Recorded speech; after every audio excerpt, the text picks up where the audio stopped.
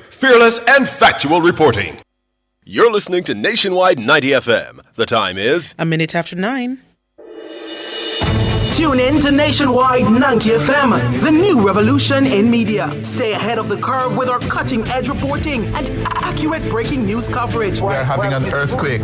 Oh, God. Hear it here first on Nationwide 90 FM. Is that really Clliff Hughes talking? Tune in, turn up the volume, and listen. We bring a mix of news, entertainment, and sports to your lives. Nationwide 90 FM's live and continuous coverage of the World Championships in Budapest, Hungary. News and discussions week mornings. Coming up in the news at 6 for this morning. Entertainment in the afternoons, then news again in the evenings. Nationwide news at this hour, fired. Also, tune in to the entertainment and sports shows in the nights and on the weekends. It is Boy Things After Dark right here on Nationwide 90 FM. Everything is news, from current affairs and entertainment to sports, business, and other categories. Nationwide 90 FM. This is Beanie Man. Give it to them. Zaga, Zen. From every whisper to every commotion. That's rubbish. The KSAMC cannot investigate itself. Was Clliff Hughes really talking like that? Every news story unfolds here first at Nationwide 90 FM, the new revolution in media. Every sound is a story, and every story we share is news.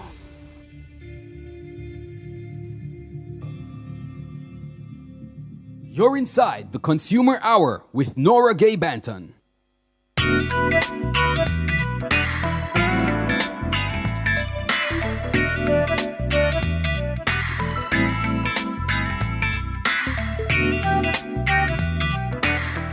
Good morning, good morning, good morning to you. It is Tuesday. It's Tuesday, March 12, 2024.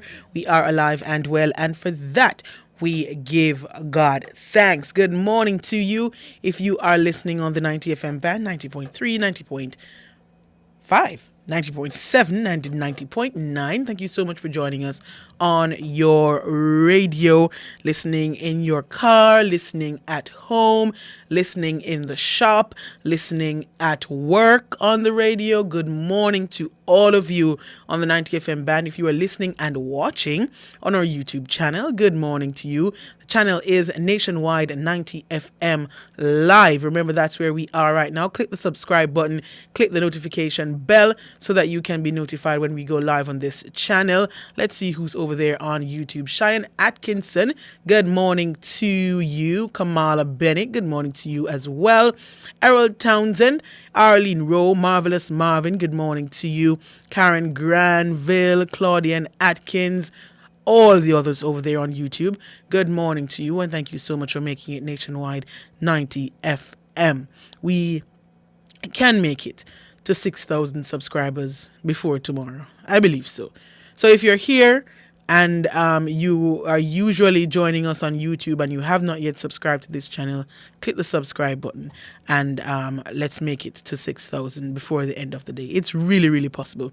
We're at 5.85 thousand subscribers. That's simple maths, simple maths. So let's continue to subscribe, click the notification bell, and remember to click the like button whenever you join us on our live shows. If you're listening on our mobile app, which is available for free on the Google Play and the Apple App Store, good morning to you, and those on our website, the Listen Now option there, good morning to you as well. It's the Consumer Hour, and this morning we have a special interview for you. We'll be speaking with the Minister of Labour and Social Security, the Honourable Pernell Charles Jr., and he will be joining us to talk about the PATH program. And of course, you know that the Ministry of Labour and Social Security has been on a journey to revamp the PATH program to make well-needed improvements to the program. And so we're going to hear much more about it when the minister joins us. But while I have the minister, I guess if you have any questions, we'll use the opportunity to get those in. You can leave your questions in the YouTube chat. It's Nationwide 90 FM Live on YouTube. Or give us a quick call. I don't think the minister will be with us for the entire program, but while he's here, if you have any questions, I don't see a problem with using the opportunity to get some questions in as well. So we have the Minister online with us. Good morning to you, Minister Perennial Charles Jr. Good morning, Ms. Banton, and to all of your listeners. I hope you're hearing me clearly. Loud and clear, loud and clear. Wonderful. Awesome. So, Minister, you and your team at the ministry, you've been on a path to, pun intended, to overhaul the PATH program. You've identified some areas that need attention, that need revamping, that need restructuring, and so you've made it your point of duty to do that. I know you were having some town hall meetings. We were at one of them earlier this year. My first question to you is, how many more have you been able to do, and what have you garnered from those? So we're having a mixture of engagements between town halls and small engagements. So we've had one large town hall. We intend to have another, which will be actually tomorrow. And that is going to be a very important town hall for us at the Anglican Church in Clarendon, St. Gabriel's Anglican Church. And we will utilize these opportunities for us to hear from the public, hear from the beneficiaries, from the guidance counselors, the teachers, the various governmental and non-governmental organizations that interact with PATH, and anybody who has an interest in Jamaica, because we have almost 1/3 of our population being directly or indirectly impacted by this program. So if you are interested in sustainable development of Jamaica, in ensuring that vulnerable groups are supported, then this is a town hall for you to either attend or listen to so that you can be informed. But I'd say more importantly, Norgay, it's for persons who attend and participate to get an opportunity to give their feedback, to give their recommendations, their commendations, their criticisms. We want to hear from you so that we can utilize that to improve the program. Awesome. And I know that from the very first meeting, you were able to get some pointers from those who were present, the different stakeholders who had their input as to how the program can be, restructured. What have you been able to garner so far from the other meetings that you've had? Well, firstly, what you've garnered is that, Jamaicans are clearly willing to participate, willing to contribute to the conversation around PATH. They're not holding back, and we have to appreciate that. The persons have highlighted the issues that they're having in terms of the process of identifying who will be a beneficiary, of knowing exactly, how do you apply for this financial assistance through PATH, whether it be for the normal benefit or for the tertiary education. Why am I not getting onto PATH? That's one of the main issues. Is it because I have a stove or a fan or a computer? What are the real issues around the selection process? And why is it taking so long for someone to visit me and to assess me? What's the process? What's the timeline that I should expect? So we hear a lot of concerns around the narrative that PATH, as it is now, might not be embracing all of the suitable candidates, and also that PATH, as it is now, might have persons on the list who need to be removed. So those are some of the issues with the process and with the structure of PATH, which we have heard and which, I'm telling you, we're listening and we're going to utilize that to improve. Already, we have heard from guidance counselors concerns they have in terms of how, not from the beneficiary to government, no, but government to government, how we are interacting with other organizations and ministries and institutions. And that has already helped us in terms of making some adjustments as to how we send and receive data. So definitely the town halls and the engagements are important. And the most important part of it is to be able to gather that data and then to use it to improve the system. Okay, good. Minister, what is the timeline that you're looking at to wrap up these stakeholder group meetings and to actually start the work on the PATH program? Well, let me start with the last segment of the question. We have already started the work on adjusting or I guess restructuring the program, and that will continue throughout these engagements. And we are hoping that we should finalize all of our engagements by end of this year, calendar year, which would mean we would have gone through all the town halls, gone through all of the stakeholder engagements. We would have gone through most, if not all, of our technical working group issues, and we would have moved now to the next phase, which would be the preparation and installation now of these new procedures and best practices. Okay, and the meetings are still ongoing, as you mentioned. Where are we looking at to have the next town hall meeting or small group meeting? So, as I said to you, tomorrow we are inviting all of the Clarendon residents to the St. Gabriel's Anglican Church Hall in Napin, starting at 3 p.m. Persons can be registered by 2 p.m. And we're encouraging everybody to join the conversation on how we're going to transform Park. If you can't attend physically, then we'll have our YouTube page from the ministry up. My Instagram page, PCharlesJR, should also be up. And we expect to move from Clarendon to have the next engagements, whether town hall or otherwise, in Kingston, Portmore, and Montego Bay. So Clarendon is tomorrow, but you're looking to have Kingston, Portmore, and Montego Bay. That's correct. After. All right. Yes. So those who are hearing you now, and they live in Clarendon, who are you expecting to be present, or which groups are you expecting to come and join you in this stakeholder meeting?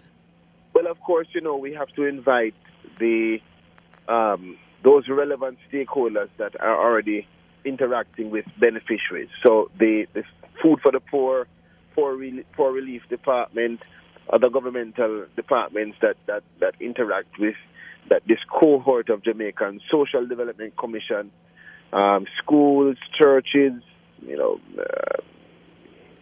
different clubs, NGOs, and most importantly, the beneficiaries. So beneficiaries who are currently on the program, those who are past beneficiaries, and persons who would like to get onto the program are also invited to come, so that again you can be informed, but more importantly you can share your own experience as to whether you think the program was constructive in assisting you to reach where you are, or whether you have some ideas and whether you have some issues in terms of you tried to get on and you couldn't get on and you want to know why. We'll have booths for persons to have one-on-one interaction with some of our social workers and officers to get information and also to get assistance. And again, as I said, we are looking for persons to be interactive and to be open. So we also will be taking information and questions online. So if you can't attend and you're in Montego Bay or Miami or Germany or wherever you are and you are interested in this development and the transformation of past, we are still welcoming you to be a part of tomorrow's event and whatever we will be doing later on in other areas across the country. All right. Minister, we're up on a break. I just have one more question for you after the break as it relates to past beneficiaries graduating, for lack of a better word, from the program. After the break. Wonderful.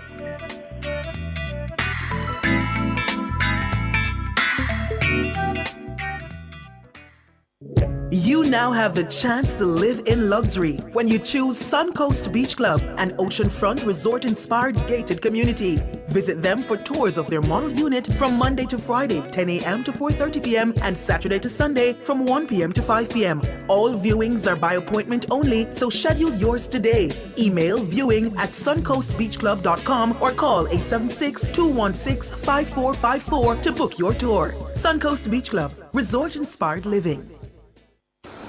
Discover the flavor of Jamaica with the Coconut Industry Board. They offer a variety of coconut products, from coconut water and coconut oil to coconut drops, gizadas, and other flavorful coconut items. Whether you're a farmer, producer, or consumer, the Coconut Industry Board is home to all coconut products. Visit them at 18 Waterloo Road, Kingston, or call 876-926-1770 for more details.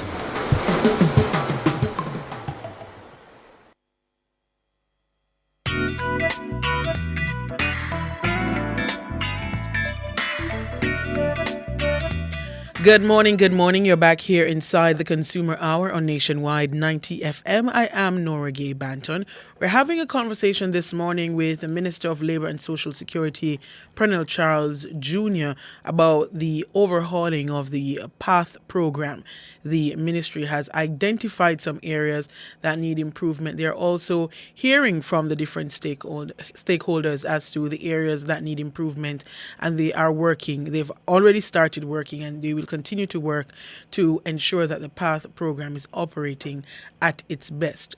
Minister, here on Nationwide, this week, I believe it was either yesterday, well, it must have been yesterday, today's Tuesday, but we had a conversation in anticipation of the budget debate presentations about what to expect, and one of our business leaders who was on the program mentioned that we need to move away now from a point of boasting, quote unquote, the amount of people who we have on the PATH program, and get to a point where we are celebrating the number of people who we've gotten to elevate themselves from needing to be beneficiaries of the PATH program.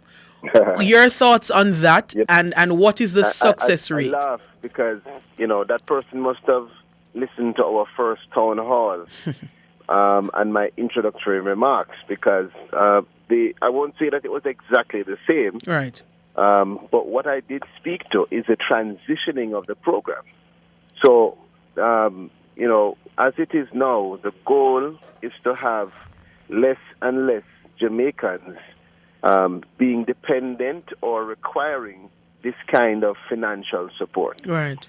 We would like to shift the support into different modalities so that it can help people to either sustain where they have been in terms of improvements or to move further up the economic ladder.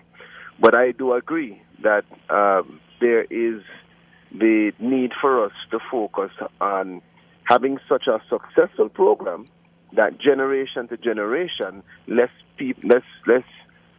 children, less adults, less residents would even require it. Yes. Now, I don't know that we've ever boasted. Well, at least let me speak for myself. I've never boasted that, we have so many persons. We have presented facts. And I don't think anything is unusual or out of the ordinary with that. We must present the facts, but I've been very careful, and I think that is where the comment would align with my thinking. I've been very careful to make it clear that the goal for us is to ensure that the PATH program itself can evolve year to year, and we should be looking on projections of 5 to 10 years where we'd see reductions in terms of the need for financial benefit and increases in terms of benefit in tertiary grants and other things, entrepreneurial grants, other things that we would want to make sure that we can create the environment where we have a productive and constructive citizenry. My last question to you before I allow you to add anything else, if you have anything else that you would want to share, it has been a part of the political conversation, especially in recent times, since the conclusion of the local government elections, that this government has been able to boast macroeconomic development, but as it relates to how that benefits those at the lower levels of society, many are saying it's not very clear, and many are not feeling it is the word that's going around. Can you give us any indication, since especially that you are the Minister of Labour and Social Security, and a lot of the benefits to those at that level of society come through your ministry, that in the budget presentations to come, that any of those benefits will come for those at the lower levels of society and those who are not feeling it right now? Any indication of that? Well, let me tell you, and I really thank you for the question, because it expresses and reflects the practical situation on the ground, where people are hearing about historic unemployment reductions to 4.2%, increases in minimum wage, increases in pension, and then they're saying, well, how does this impact me while I'm here on the bus wondering, what I'm going to do today? And let me tell you how. Building an economy is similar to building a house. If you intend to go up 3 stories, then you are going to have to go down and further and build a stronger foundation. Right now, this government has been focused on building that strong foundation so that Jamaica can grow and prosper to its maximum potential. So when you're looking at it from the outside view, you're going to always say to yourself, why am I not seeing these 3 or 4 or 5 stories immediately? Mm-hmm. But like everything else, it takes time for you to be able to construct that house with the firm foundation, economically and socially and otherwise, that is needed to make sure we have the social fabric to sustain our development. That is what the positive macroeconomic indicators mean to the senior citizen who requires support from the National Senior Citizens Council and is able to get more support because the allocation to us can be increased. To the past beneficiary, who this year is going to see a 28.8% increase in the allocation to pass, so that we can provide them with more support. To the social pension beneficiary, who will see more than 120% increase in the allocation to social pension, so we can not only provide more benefit but expand the amount of beneficiaries. So we at the Ministry of Labour and Social Security, with the focus on developing our labour market, having harmony in our industry, and creating a strong social security framework, we are seeing the positive impact of having a stronger economy that is better managed, because it is providing me as the minister with the opportunity to give support to the vulnerable groups that need the most. And you are going to see this year the rollout of some magnificent programs in my ministry that will focus on persons with disabilities and change to a positive narrative. Focus on our senior citizens, focus on the vulnerable groups that are supported through PASS and through our grants, and really show how we intend to develop a well-trained, skilled, certified Jamaica, so that we can have significant job placements out there for our young people and all Jamaicans who are ready to work. So we see it, we feel it.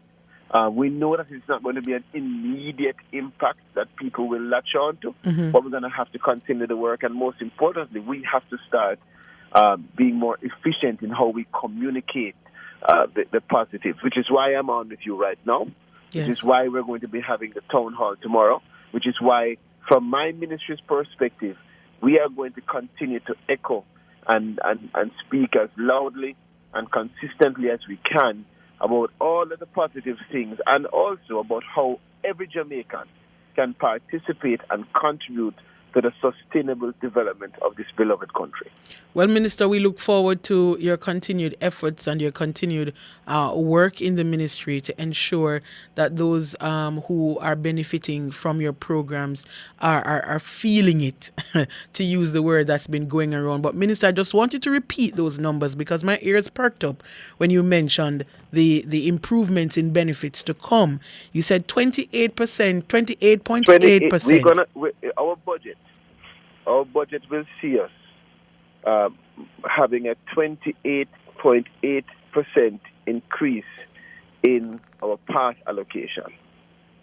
Right? It moves to 10 billion, I believe it is. Right. And we have more than 120% increase in our social pension beneficiaries. $672 million added when we used to have under 500 million just for the entire program. So again, what it is showing is that this government, your government, for anybody listening, we are not just speaking about macroeconomic indicators. We are ensuring that those positive developments impact the people who you want it to reach the most. Those Jamaicans that we serve that are in greatest need. Those over 75 who aren't collecting pension, now we'll be able to expand the amount of persons in that category that get this benefit. Those persons who are in the cohort suffering or in need of support, we'll be able to expand and improve on the benefits going to them. So this is what we want Jamaica to know. We are making the decisions that are impacting how we can support our people. All right. Thank you so much, Minister Pernell Charles Jr. Is there anything else that you'd want to say to Jamaicans as it relates to the PATH program before we go? I just want to reiterate, because I know people are very skeptical sometimes of how we, as government, whether it is JLP, PMP, or whoever, right, how we interact. I want to say to people, we want to hear you. We want your honest opinion, and we want you to truthfully understand that our intention is to make this program the best program it can be for you, and you have a part to play in developing the new pathway to the Better Path program. So we welcome you, and I look forward to your interactions tomorrow, and I look forward to seeing and hearing from so many persons to come in Kingston, Mobay, Portmore, and the other areas across the country that we'll be visiting.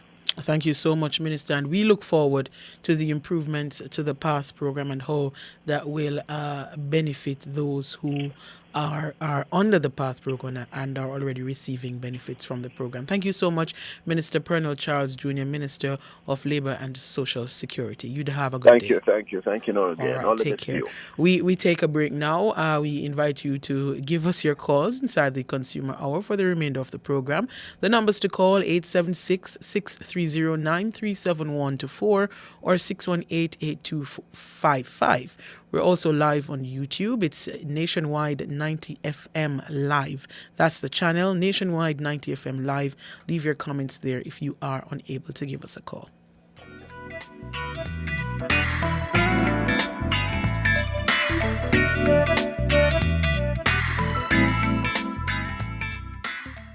Spectrum Insurance Brokers provides quality insurance coverage and risk management services. The time by Spectrum Insurance Brokers Limited, setting the industry standards, is 9:30. Outperform, outlast. With top performance. Jackama. Reliable, full stop, not comma. We have the expertise for drilling and demolition. We have the power tools for plumbers and electricians. Fancy select tools, free parts and free repairs. Free parts, free repairs. In 2 to 3 years. Hilton, available at Delta Supply, 106 Hagley Park Road. Call us at 876-302-61114. Delta Supply, we service what we sell. Bun to me cheese, give me yummy. Bun to me cheese, give me yummy. Don't stop at just a one slice, please. No other bun, perfect for me. Yummy. For real Jamaican flavor and quality for sure this Easter. Make yummy the bun to your cheese. Yummy. Give me yummy. Give me yummy. For the Easter, yummy bun zeta. Yummy for me family, yummy for me, sir. Bun to me cheese, give me yummy. Bun to me cheese, best bun. Give me yummy. Experience a luxurious adults-only getaway at Hideaway at Royalton Blue Waters. Reconnect with your loved ones and discover a world of all-inclusive indulgence surrounded by palm trees, a private islet, and endless sunsets. Save up to 40% off your next all-in luxury group vacation experience when you book 10 rooms or more from now until February 28, 2024. Simply dial 876-632-7401 and speak to your group sales agent today.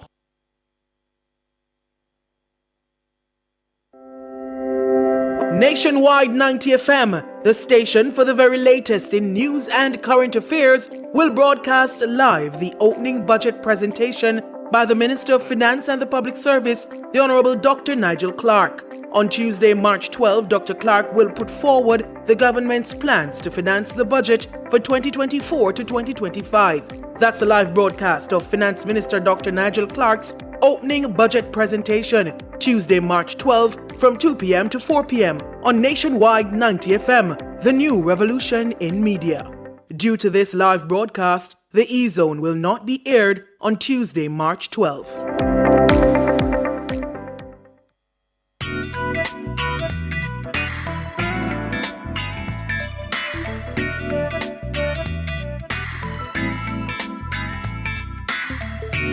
Good morning, good morning. You're back here inside the Consumer Hour on Nationwide 90 FM. I'm Nora Gay Banton.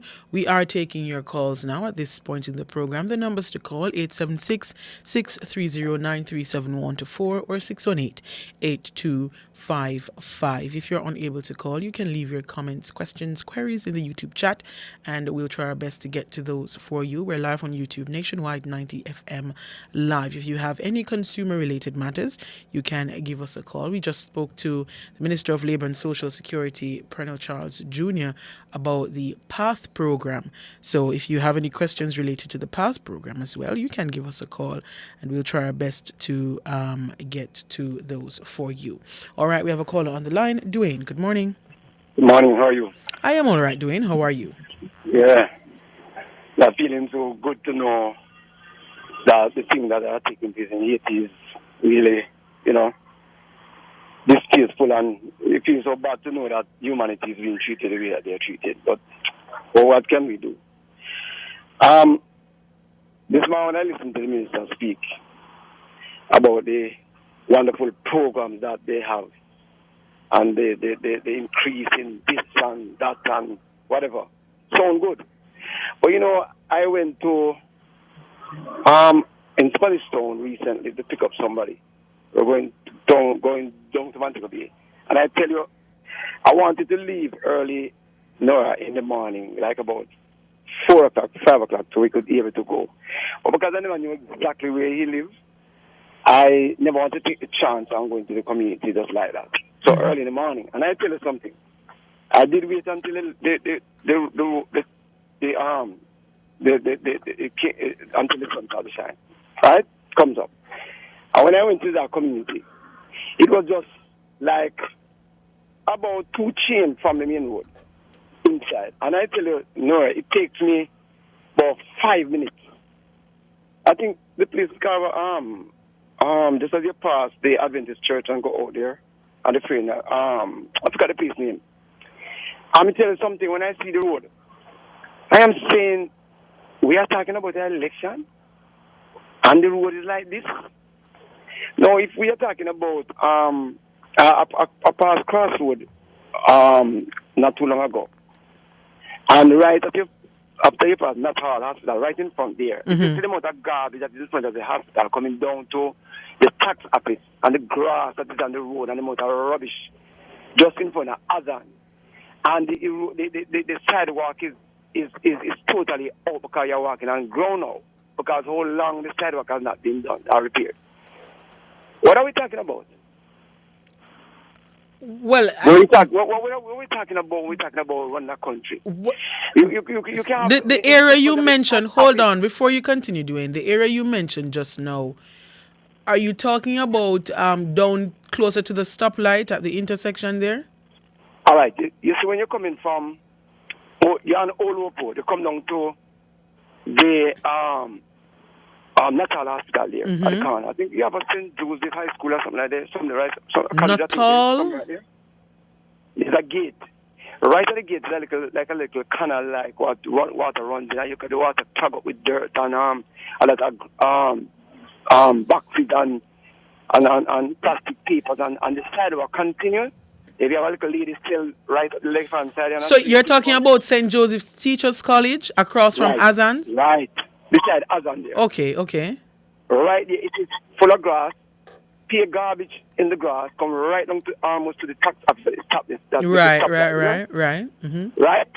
And I tell you something. I look at it and I sit and say, oh my God, look at all the sidewalk. Mm-hmm. The sidewalk eroded because you start to walk on sand in some part of the sidewalk because it dug up over a period of time and it's not being replaced. Well, and we are talking about these wonderful programs. It is like a boxer out of the ring. And when the boxer came out of the ring, he's trained to fight the ring. But when you look, you see like a woman attack him, and the boxer has the power in his hand to defend himself. Dwayne, wherever. Before you continue, Dwayne, when it comes to roads on this program, I don't hesitate to bring them up. But I quickly say afterwards that the government has promised to us the Spark program, the $40 billion Spark program that is set to get underway after the 2024-2025 budget is presented. And so I look forward to how the different roadways across the country that are in a deplorable condition will be fixed under this program. But I don't hesitate and I don't stop listeners and callers from highlighting these areas that need attention. But I await to see how the Spark program will fix these issues. Nora, before you go, you see quickly. Mm-hmm. How long? Me myself, because I like a clean place. You see my house, a palace. I like a clean environment. Very good. My mom can tell you that. I go domesticated. My mother grew me as a boy and a girl. I know what to do, how to spread my bed. It's not a boy and a girl. You're a male, but you learn to clean. Males can clean too. You don't have to say you were grown as a boy and a girl. So I am. You see, if I see something that is dirty, and my skin crawl, my skin itch. And that's why if I come and see you eating your food, don't hide it from me coming and want your food coming and know you prepare it. That's why I don't walk and buy food anywhere. Right. You know what I'm saying? Yes. So I'm not talking because I love to talk. I talk because I love cleanliness. I like to see when the place is clean. Right. Mandeville used to be a clean place. It's not clean anymore. Right? You go in the park in Mandeville, it looks so terrible with taxi park. It never used to be like that. So all I'm saying, to Andrew Holness and his government, that yes, you have the money. About 2 years now we attack. Right? Most about a year ago we attacked, so we had the money. Now it's time for action, man. Right. Let people see it. Right. And that will make a difference and in I everything agree that with we do and say going forward. Stop the talking. Act up, man. These bodies and these long bureaucracies that is drawing your red tape, it's causing problems. People are not seeing what you're talking. People need to see it, not just hear it. Well, as it relates to the garbage, we just there were the swearing in of the new mayors and councillors happened. Well, apart from the KSAMC, which I think is yet to happen, but all the mayors, aside from the KSAMC, they have been sworn in, and we look forward to the work of all those who've been elected by the people and how they will improve on what was being done before, especially those who are new mayors. We look forward to that work. Thank you so much for calling, Dwayne. Have a great day. Yeah, man, you too. Take care. Richard is on the line. Good morning, Richard. Good morning. Good morning. How are you? I'm good, and I have 2 quick points I want to take up here with you. Sure, go ahead. The tax office. I've been to Port Maury a few times. I've been to the one in Tenants Bay. The service is horrible. I went to the tax office just to pick up one document, and over 2 hours I have to stand up outside waiting. Why were you outside waiting? Because that's how they do it, you know. They don't want, but it's a small office, so most people have to stay outside until they give you a number. When it's your time to go in, you're going. Okay. And you, there was no shed, nothing for you to be sheltered? They have a shed, yes, they do. But it's a long wait. I get 1 hour break, and I was there for over 2 hours just to pick up one document. What were you picking up? I was picking up my car title. Your title. Yes, for the car. Have you checked if any of those services are available through delivery or online? No, I never thought of that. I would suggest to you and others listening that many of these agencies that we interact with on a daily basis, they've made efforts to improve their services through online platforms and through delivery services. So before you leave to go to stand in a long line, just check it out online if there is an opportunity for you to have it delivered. I'm not exactly sure if picking up your title is one that falls under the delivery service, but you can just check, because there's a lot of time that we can save through these media, these avenues. So just check it out sometimes before you leave your house and go stand up in the long line, if you can do this online or if you can have it delivered. Okay, I will sure look into that. But I'm not going to take away from your point, though, that it's full time now that we move away from this 2 hours in a line in a tax office. It's absolutely ridiculous, especially when I go to the tax office downtown. And when I eventually get inside, there are several different areas for several different purposes. And what I find sometimes as well is that people just come, see a line outside and join it. And they don't know that the line that they're supposed to be in is empty inside, or the area that they're supposed to be going is actually upstairs or around the corner, and they don't need to be outside in the long line. So maybe there needs to be more on the part of the tax office to inform persons when they come where to go, with signage maybe, or whoever is outside, the security guard or whoever is monitoring the line, to ensure that persons don't come and join a line unnecessarily. I don't know for the tax office in Port Maria how it works, but I know for Kingston, sometimes you really don't have to be in the line. One time I went there and I saw this line stretching all the way down alongside the building. And I went up to the security, told him what I was going to do, and he sent me inside. And when I went in, there were like 2 people waiting in the same line that I was supposed to be in. And while in there, I wondered to myself, how many other people are outside just joining this line for no reason? Or just joining this line because they see a line? So that also contributes to some of these things, but it is on the part of the tax office to ensure that it is clear that when you come, you see a sign to go here, here, or there's someone instructing you. But I agree with you, Richard, we should not be waiting in a tax office line for 2 hours. It's absolutely ridiculous. The Spanish Town tax office, I give them thumbs up. My other point is now flow. They charge me an extra $4,000, and I call the CAC, I call the OUR. I need an explanation. What is that $400 for? Because when I call customer service, they told me because of the yard and road, I'm paying for 2 services. I said, no, that's not part of the package. Right. Because what happened is that I upgraded to Plus, but the service was so horrible that I even lost service at home for over a week. So I said, put me back at where I was, because if I was working okay with that and I go to Plus and it's worse, what's the sense? So you saw an extra $400 you said on your bill? $4,000. $4,000. Yes, because when I put on the Plus, it was $9,000, less than $10,000. I didn't have a problem with that. That's the yard and road.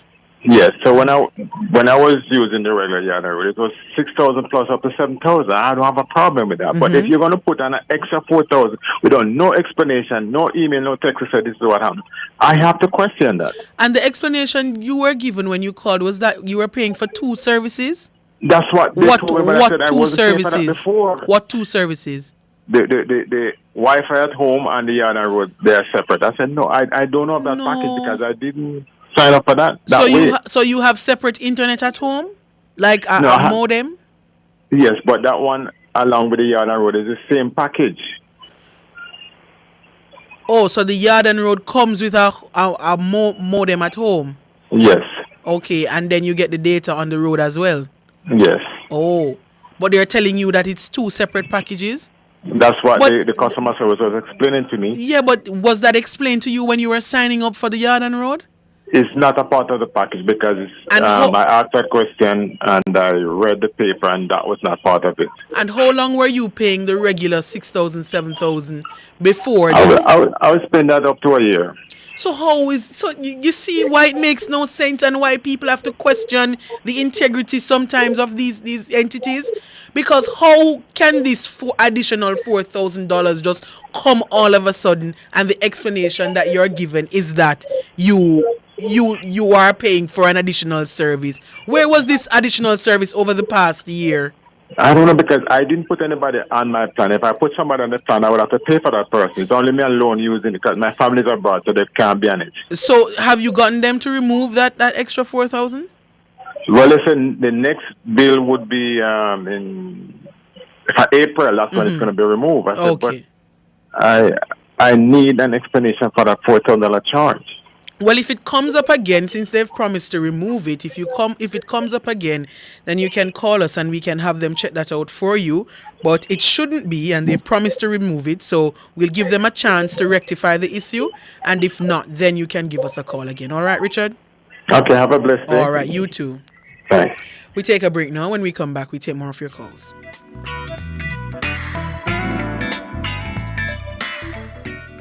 Fill all your prescriptions, get cosmetics and other pharmaceutical items at Mannings Hill Pharmacy, located at 34A Mannings Hill Road, Kingston. Telephone 924-6280. At Mannings Hill Pharmacy, they stock all the hard-to-get medication. The time by Mannings Hill Pharmacy is 9:48. New Ocean Shipping is revolutionizing how you get your packages by offering seamless and quick shipping solutions from Florida and Atlanta to Jamaica. They offer door-to-door services, door-to-port solutions, port-to-port arrangements, car sales, and more. New clients get discounted freight prices for 3 months. Become a new client and sign up today at 470-495-8053 or 876-366-3400. New Ocean Shipping. Discover the flavor of Jamaica with the Coconut Industry Board. They offer a variety of coconut products, from coconut water and coconut oil to coconut drops, gizadas, and other flavorful coconut items. Whether you're a farmer, producer, or consumer, the Coconut Industry Board is home to all coconut products. Visit them at 18 Waterloo Road, Kingston, or call 876-926-1770 for more details. Go crazy for this offer from Flow. Get a free Samsung phone and earbuds when you sign up for Flow Yard and Road for the special price of $4,999 plus GCT. Free is all the craze. This crazy offer won't last long. Visit discoverflow.co or your nearest Flow store for more info. Conditions apply.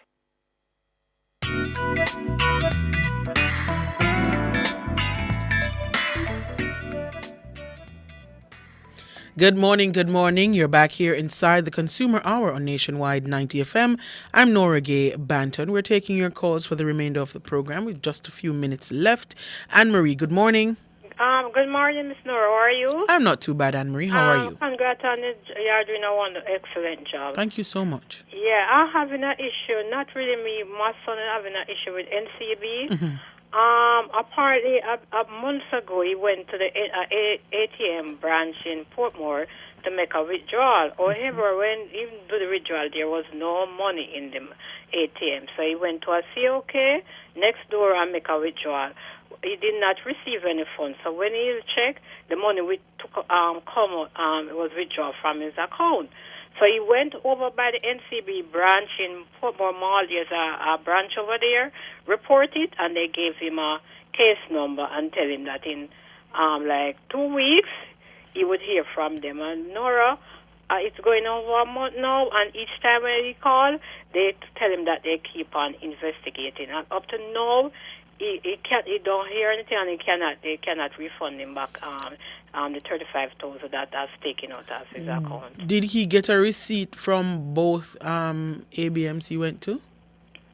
Yes, he did. And what does the receipt show? Hold on a second. Try. Yeah, hold on a second. Yeah. Because if the receipt shows that the money, how did he know that the funds were because when he went to the NCB Portmore branch and check his account, the amount of money that was supposed to be his account I think it was 9. He did not receive a receipt. Talk to her. Let me talk to him. Hello, good morning, Miss Nora. Hi, good morning. So you went to the Portmore ATM. You tried to withdraw the money, the 35,000. Nothing came out. It said that there were insufficient funds in the machine. No, it didn't tell me that. It does no money. All I hear is being nice, machine making noise, and I wait, and it did not say any money. And it gave you back your card. Yeah, I gave him back my card. And no receipt came out either. No. And it's a Scotia, it's a COK machine. Oh, so you didn't go to an NCB machine first? No, I go to the COK first, and then when I didn't get the money, I go over to the branch over the next side. In Portmore, same place? Yes, same place. So it's a COK machine that you went to? Yes, ma'am. And you didn't receive. And when you went to check your account in the NCB branch, it showed that the 35,000 was removed. Yes, miss. Okay. And you said you didn't receive a receipt, so there is no proof of that. But they're investigating. Yeah, that's when I call him every time and tell me that escalate. All right. We'll try to get you onto somebody, because I can understand your frustration with waiting for so long, and it's very, I can understand also why they would be checking, because you didn't receive a receipt, so there's nothing to actually show that you did go, other than the money just being removed from your account. So they would need to see how this money was removed. So stay on the line though, and give the producer your information. We'll give it over to NCB, and hopefully they can expedite the issue for you. But I can understand why it would be difficult for them in the investigation, because you have no receipt, and it's just for them to prove that you didn't actually get this money in hand at the machine. Yes. All right. So stay on the line and give the producer your information. All right. Thank you very much. Yeah. That's definitely a tricky one there, because the cameras are there. As long as they are working, they would show that he didn't get any money.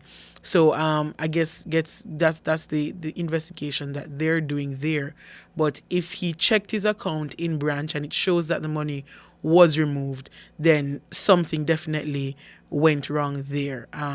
I should have asked him if he had the mobile app and was able to check if it was gone there. But once he checked in branch and they were able to see that it was removed, it's for them now to prove, which may be difficult, that he didn't actually get the money from the machine, and is trying to claim again, which I can understand. But hopefully they can assist. And that's my thing though. If you say to a customer that you will deal with an issue, and of course you have the textbook answers that you have to tell people, 3 to 5 business days, 2 weeks or whatever. But if the 2 weeks have passed and you have a record, because you have a whole department dedicated to this kind of thing, if you have a record that you told this person 2 weeks, you have the case number, you must have their contact number, they're your customer, and the 2 weeks are gonna pass now and you have no update, please say to the customer, you should call, they shouldn't have to call you back. We are investigating. We're trying. This is where we are now. We've checked the cameras. We've done this. We've done that. But you don't just leave the person high and dry waiting for you to finish whenever you think you're going to be finished. They've reported it to you. Honestly reported it to you. So you need to do something as it relates to customer service. I hope one day we'll get to that place. But that's what I think should be done as it relates to communicating with your customer. Well, I think that's where we are going to leave it for the Consumer Hour this morning. Thank you so much for joining us this morning. Thank you also to the Minister of Labour and Social Security who joined us earlier to talk about the PATH program. We're going to make way now for Clliff Hughes Online.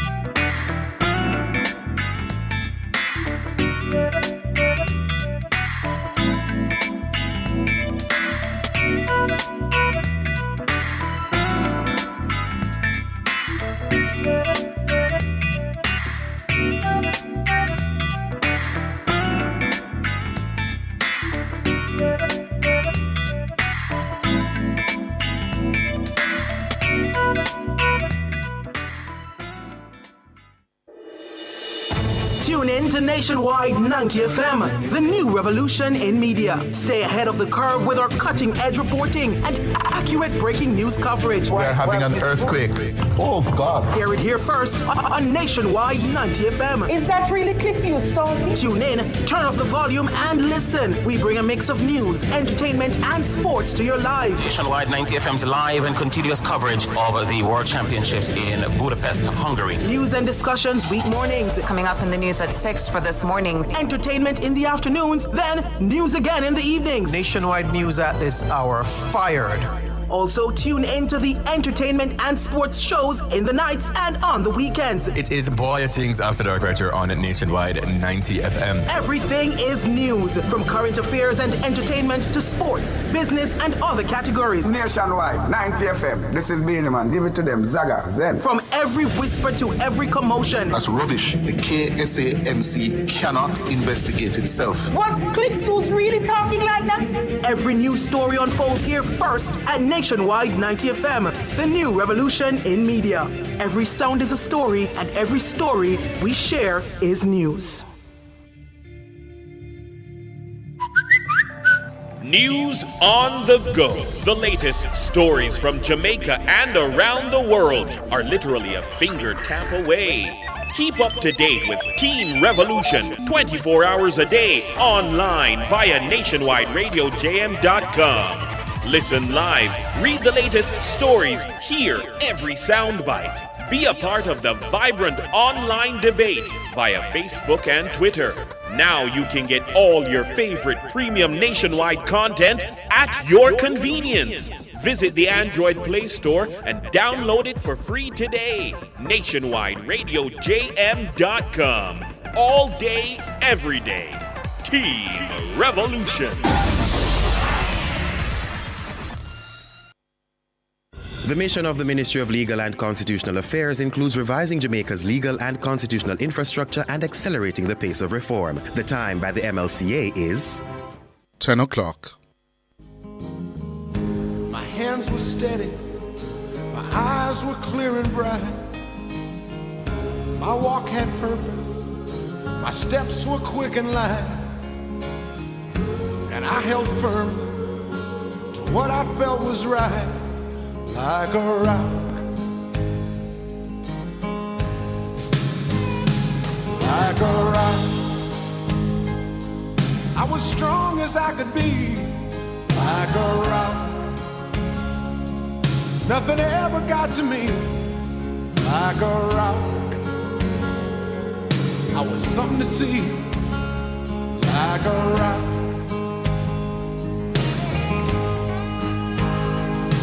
And I stood arrow straight, unencumbered by the weight of all these hustlers and their schemes. I stood proud, I stood tall, high above it all. I still believed in my dreams.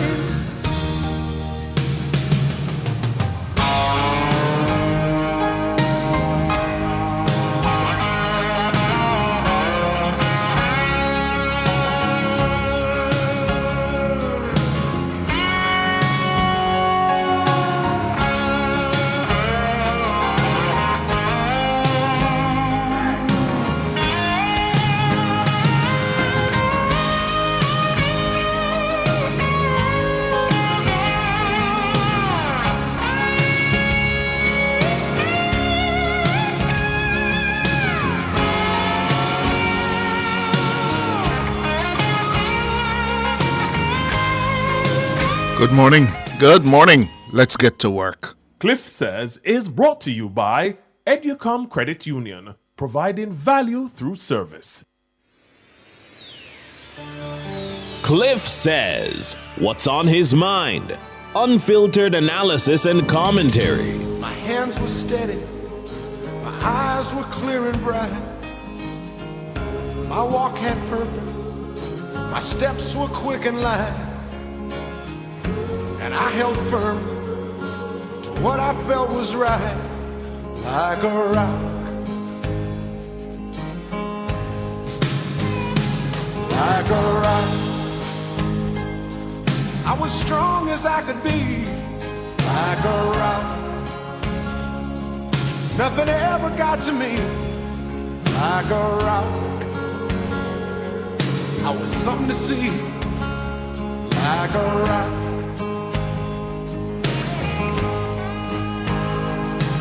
And I stood arrow straight, unencumbered by the weight of all these hustlers and their schemes.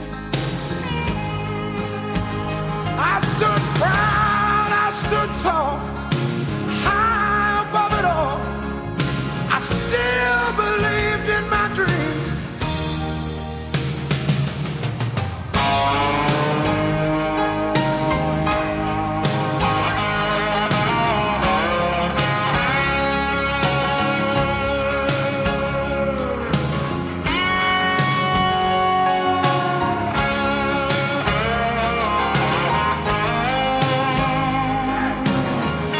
Morning, morning. Thank you so much for joining us here on Clliff Hughes Online, Nationwide 90 FM. Thank you. As I often remind you, I know you have choices and you choose to be here.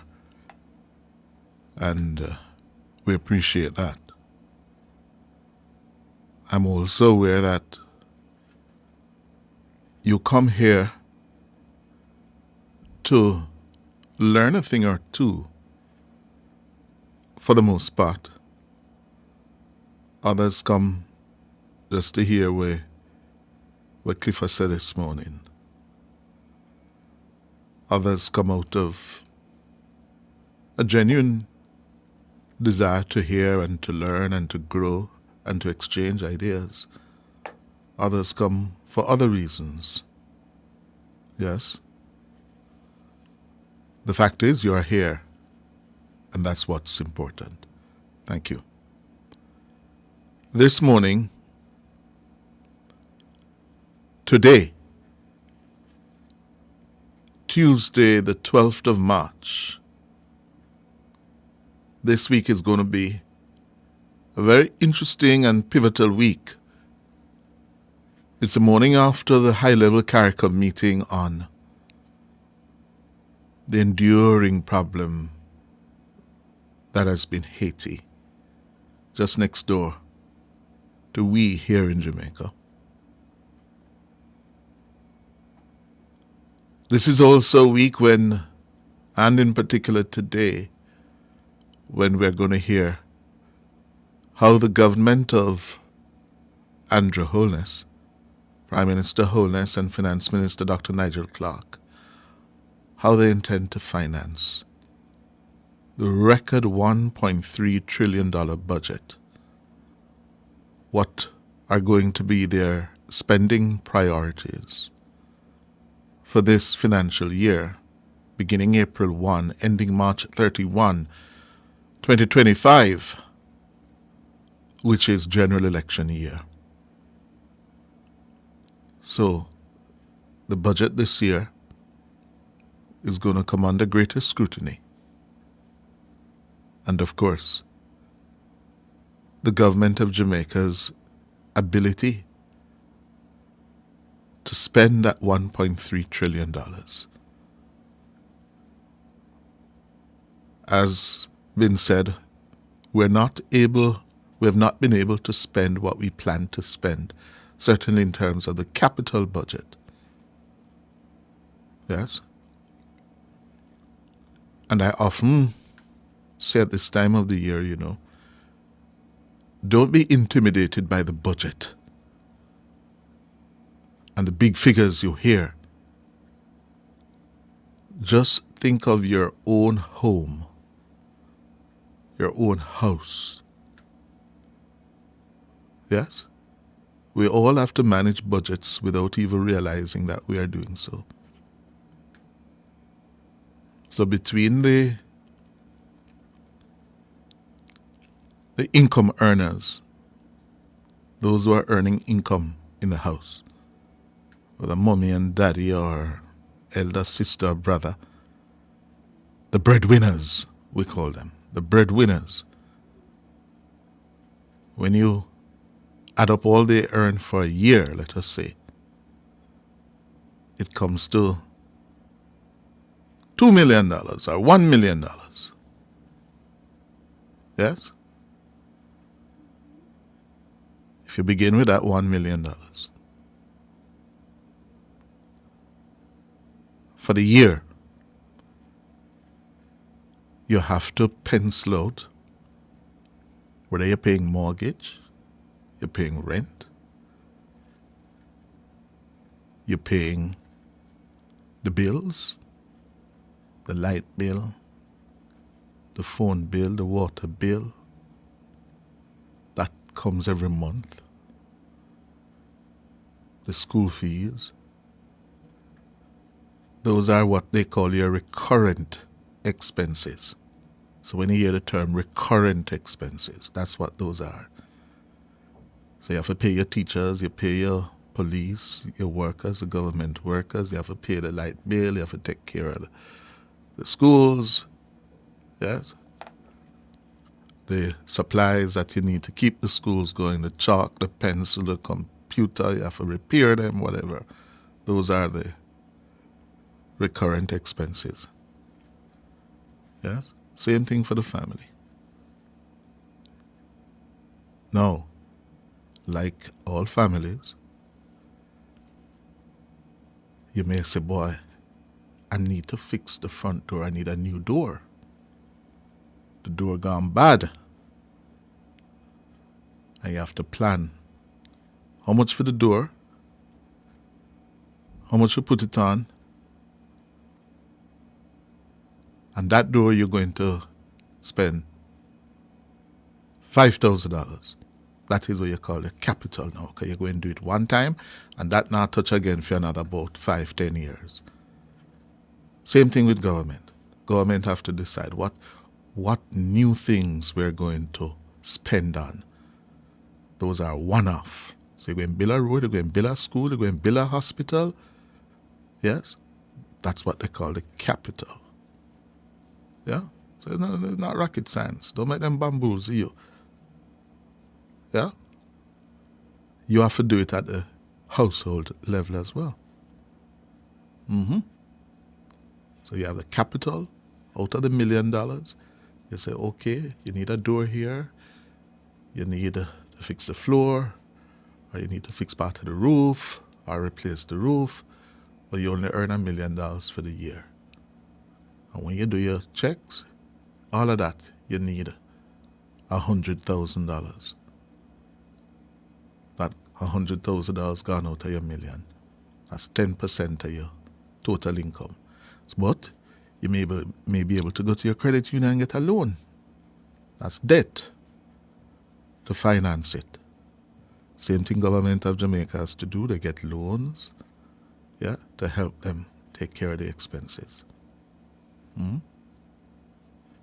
One of the big issues we're looking at this year is, for example, the wage bill for the government of Jamaica, over $400 billion.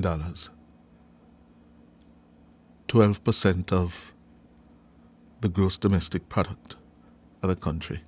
That is above the recommended level of 9%.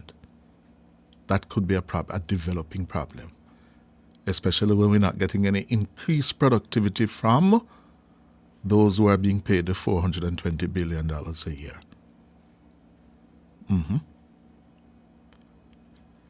And given the political calculus now, what is it that the government of Jamaica is going to spend on this year? You hear the cries about people not feeling it. What is it they're going to do in response to that? One of the things we'll be listening for this afternoon from Dr. Clark. Then overnight now, Haiti. Poor Haiti. The first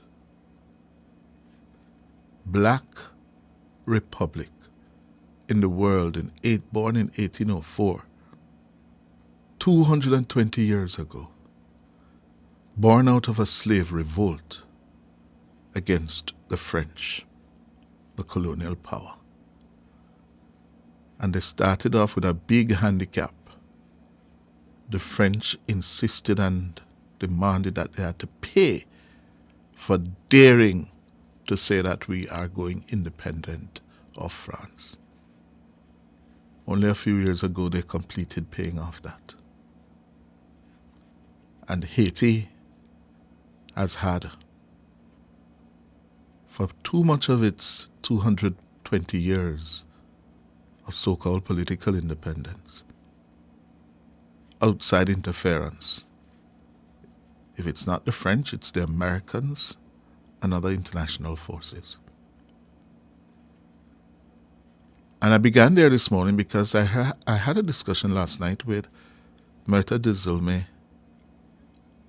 and it's a point she constantly makes, and others too. And she's largely correct, but not fully, because over the years, the Haitian people have been bombarded with external influences.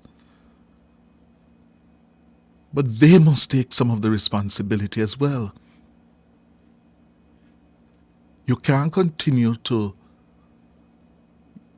wallow and not summon the will internally to build your own Haitian institutions and thinking consciousness about the need for developing a nation state, and your own people are not held to account to step up in their own individuals and collective wisdom.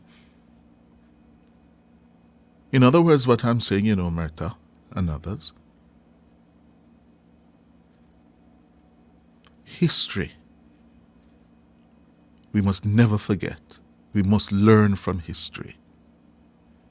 But we must not remain hostages of history. It's not good enough for us to continue to go the easy way out, take the easy route out, and explain away and put it elsewhere. What we're to do is to learn from that and to use that historical experience and knowledge to guide action internally. Yes? After 200 years,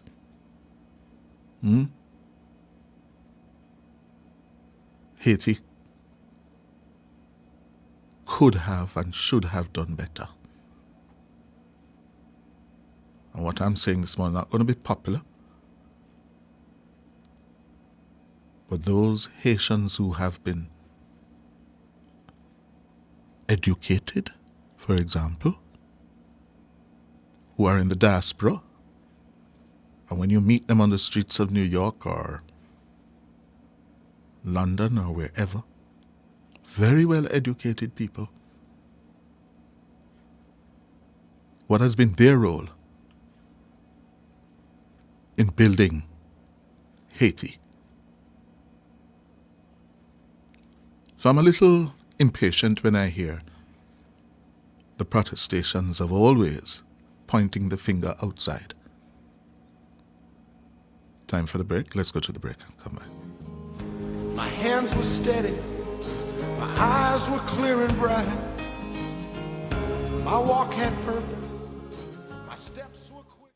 The Time brought to you by the Ministry of Science, Energy, Telecommunications and Transport. Fueling growth everywhere is 16 minutes after 10.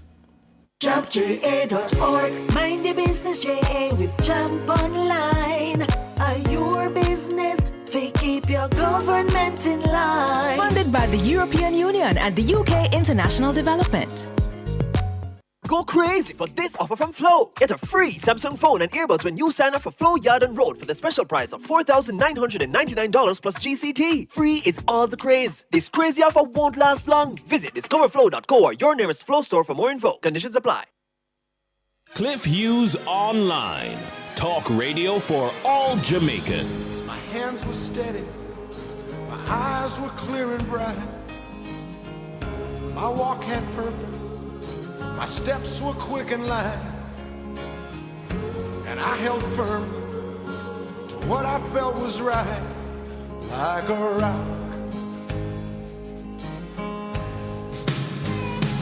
Like a rock.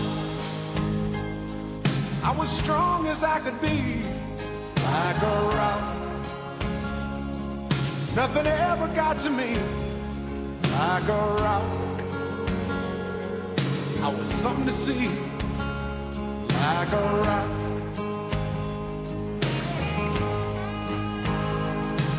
And I stood arrow straight, unencumbered by the weight of all these hustlers and their schemes. I stood proud, I stood tall, high above it all. I still believed in my dreams.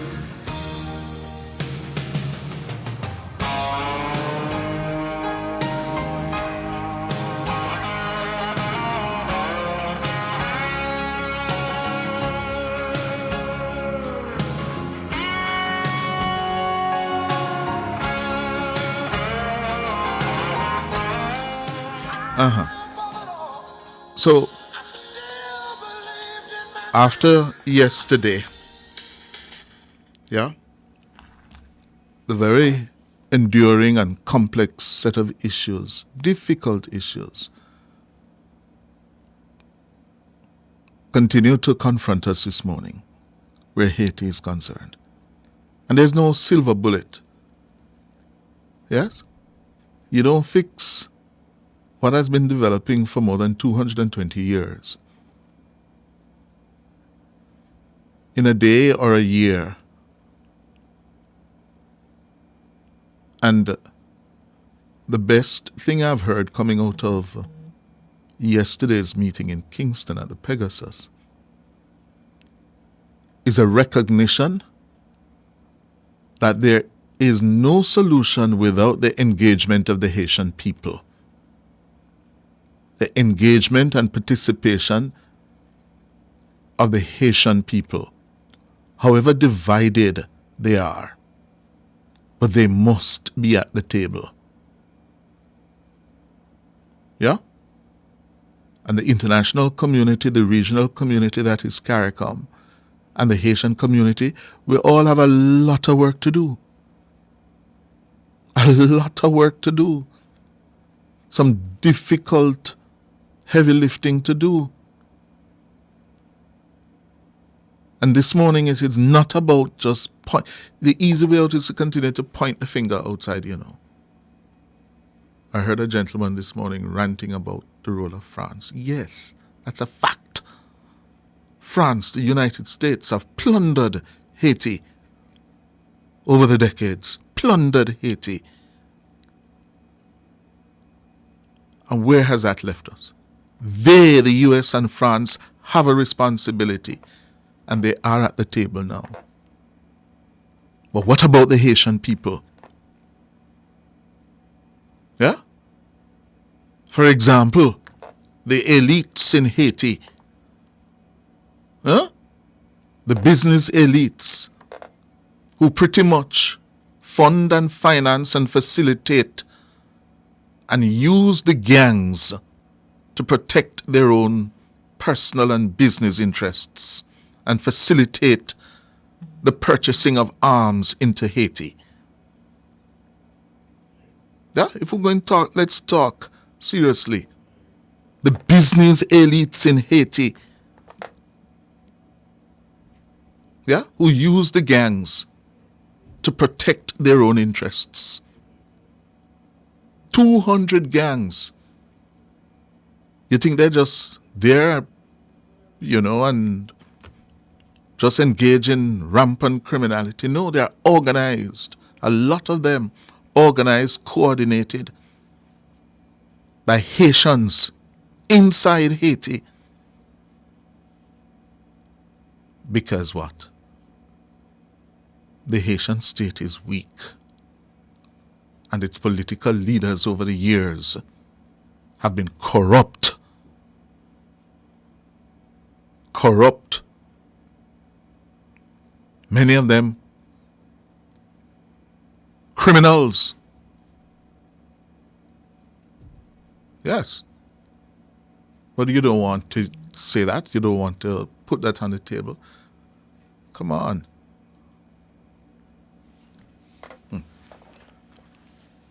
So the push this morning is for another effort. Another effort.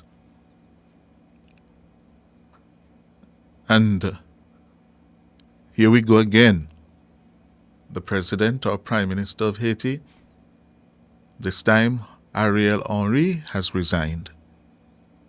Yes, he has resigned. And we have seen that over the years, over the decades.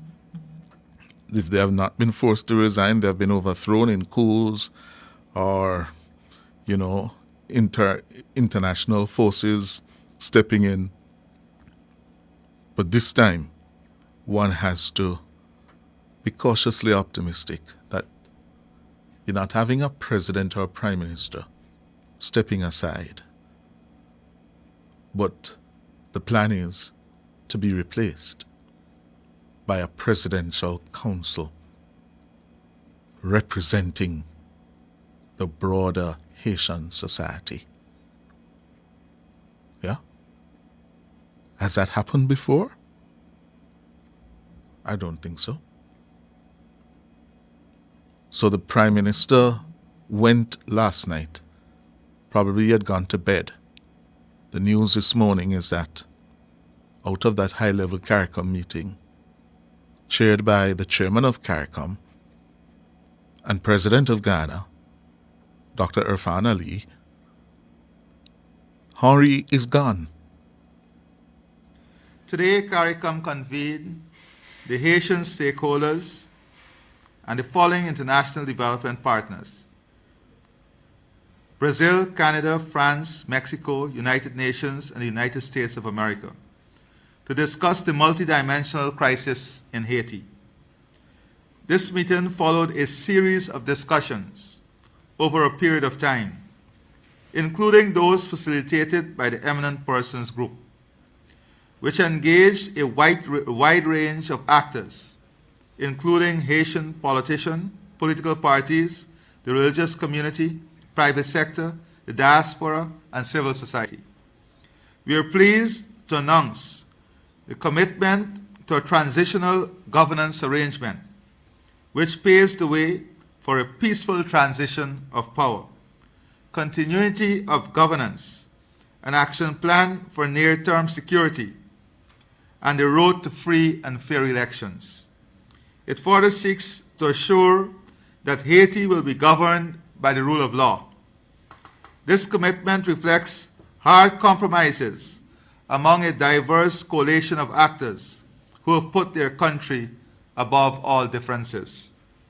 To that end, we acknowledge the resignation of Prime Minister Ariel Henry upon the establishment of a transitional presidential council and the naming of an interim Prime Minister.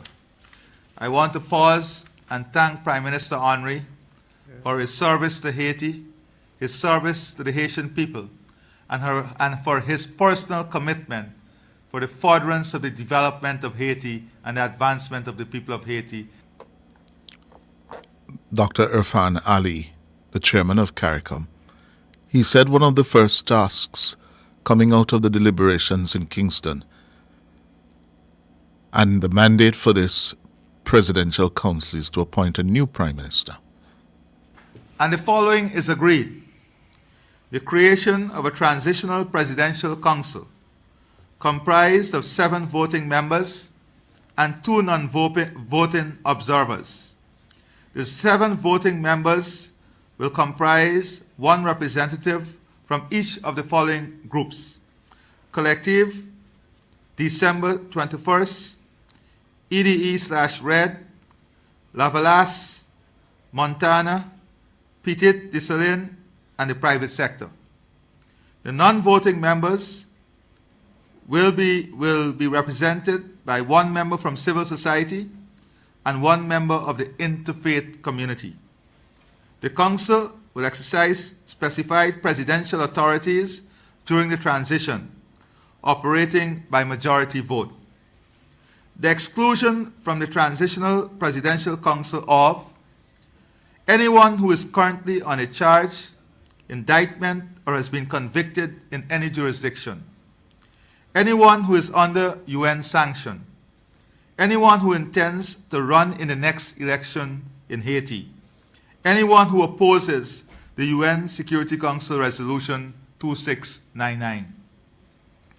The Transitional Presidential Council will swiftly select and appoint an interim Prime Minister.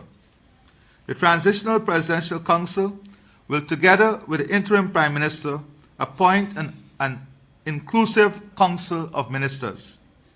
The Transitional Presidential Council will hold the relevant and possible powers of the Haitian presidency during the transition period until an elected government is established. The chairman of CARICOM, Dr. Irfan Ali of Ghana. Come home to Jamaica now. We continue to have our problems.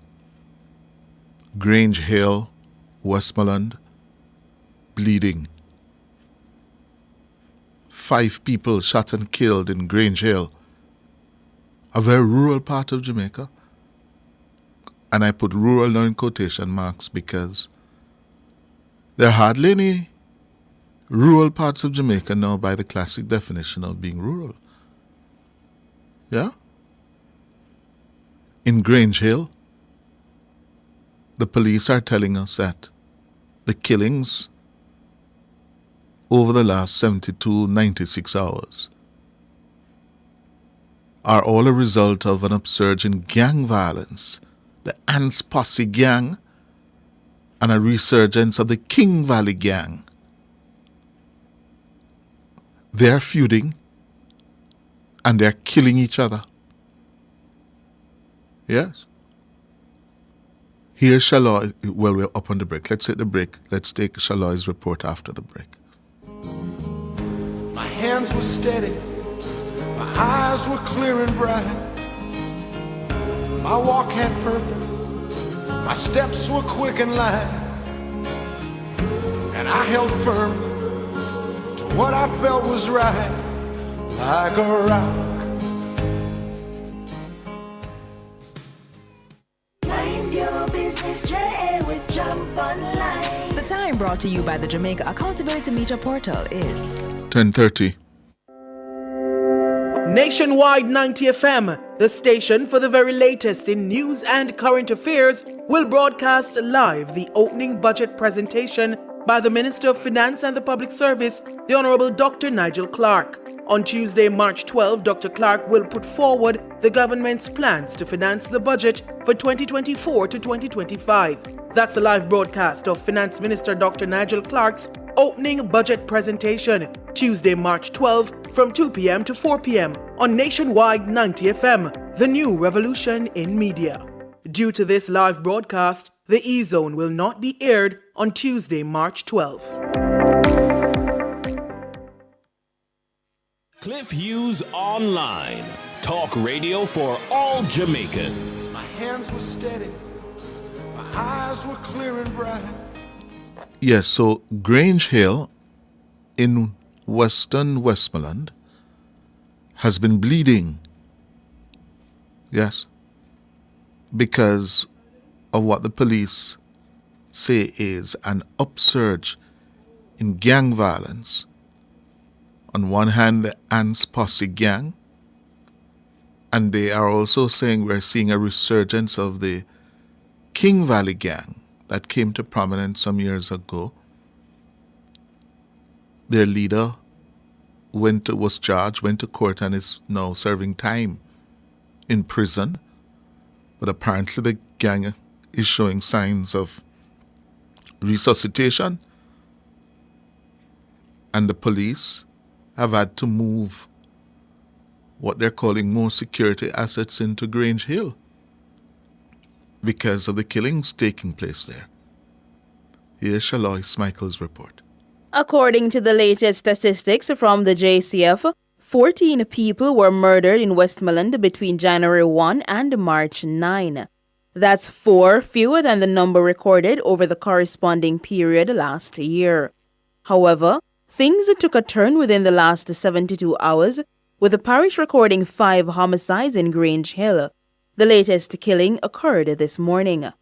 Zone 4 Commander for the Westmoreland Division, Deputy Superintendent Sean J. Mitchell, says the police have strengthened their presence in the community. The police have been responding to a number of shooting incidents in the Grange Hill space. A lot of these shooting incidents have resulted in murder. So far, and up to as recently as this morning, we have recorded an additional murder. So there are now 5 murders recorded in the Grange Hill space. So far, the police have redeployed a number of strategic assets in the area, including support from the Specialized Operations Branch, the area ops team, as well as other units within the Westmoreland Division. We are monitoring the situation, and we will be providing further updates as we go along. DSP Mitchell says the spate of murders is linked to an escalating gang conflict in the community. This has been attributed to gang conflict that is happening in the state. We have done our assessment, and based on what we've gathered so far, intel is suggesting that there is an ongoing war between the Ants Posse gang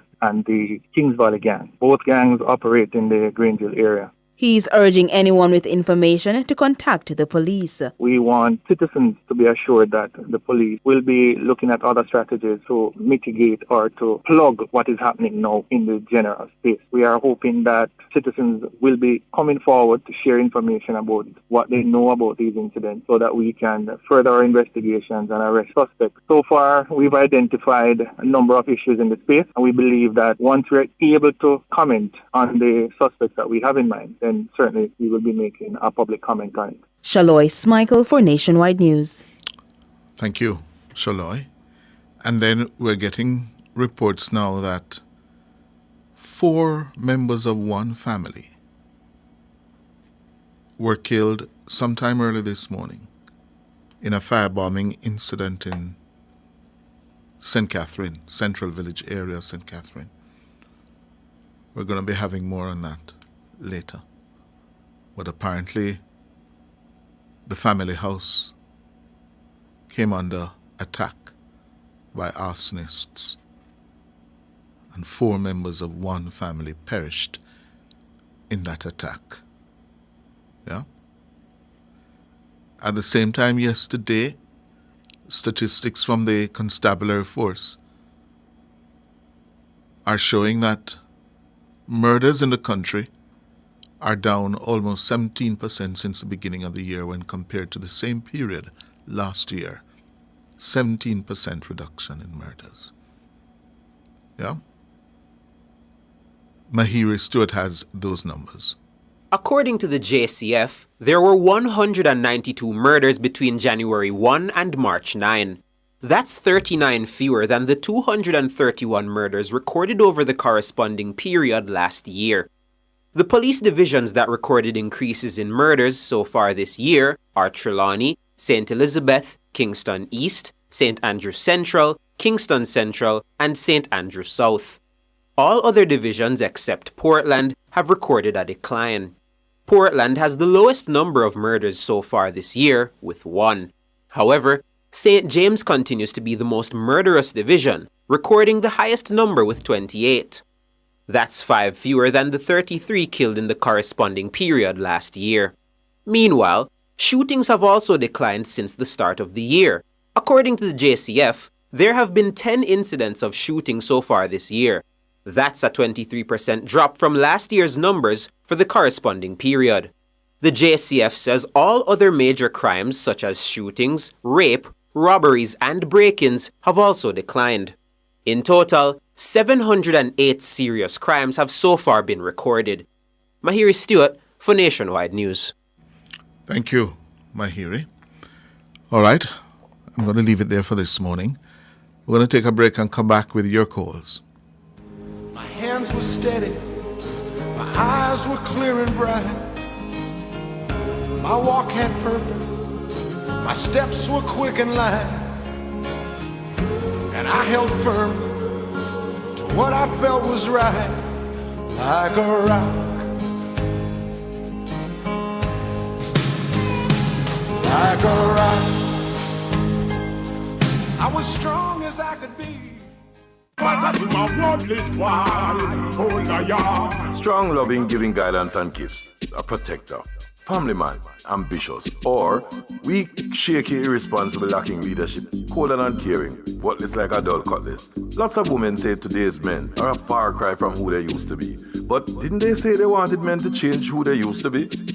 Some men say their friends and colleagues let down the side, always on their knees, but now face up to life as a man. Me woulda shame, me and you a friend, but just me do it. Join me, Rodney Campbell, every Tuesday from 9 to 10:30 p.m. for Affairs of the Heart, right here on Nationwide 90 FM. This Tuesday's topic: who or what is a modern Jamaican man? The frame of a real man or a real man frame? Girl, tell me say you can't even spend 5 minutes, and she tell me say she fed up car your watch list.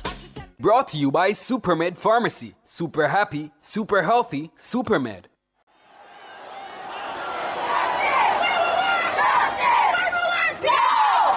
You have been asking for justice. Well, get justice. The Ministry of Justice presents Get Justice, a program focused on giving Jamaicans information on how to resolve their conflicts and access justice services. The series will highlight the justice services of the ministry to include social justice, estate planning, legal aid, and expungement. Join the discussion by calling 876-630-9371-4 or participate via their social media pages at MOJOfficialJM on X, formerly Twitter, Facebook, or Instagram. Get Justice with the Ministry of Justice every Thursday at 11 a.m. only on Nationwide 90 FM. The new revolution in media. Ministry of Justice, come access quality service. MOJ taking justice to the people of Jamaica. Our phone numbers are 630-9371, 630-9372, 630-9373, 630-9374, and 618-8255. Or find us on Facebook at Nationwide News Network and follow us on Twitter at Clliff Nationwide. You can also listen to Clliff Hughes online live on the World Wide Web at nationwideradiojm.com or via the Nationwide 90 FM app on your mobile phone. My hands were steady, my eyes were clear and bright. My walk had purpose, My steps were quick and light, and I held firm to what I felt was right, like a rock. Like a rock. I was strong as I could be. Like a rock. 20 minutes going up to 11. Our first caller of the morning is Samuel. Good morning, Samuel. Good morning, Clliff. How you doing? I'm all right. Yes, please, I had a problem here, and I would like if you could help me to solve it. I was a contributor to the Housing Trust in Jamaica, NHT.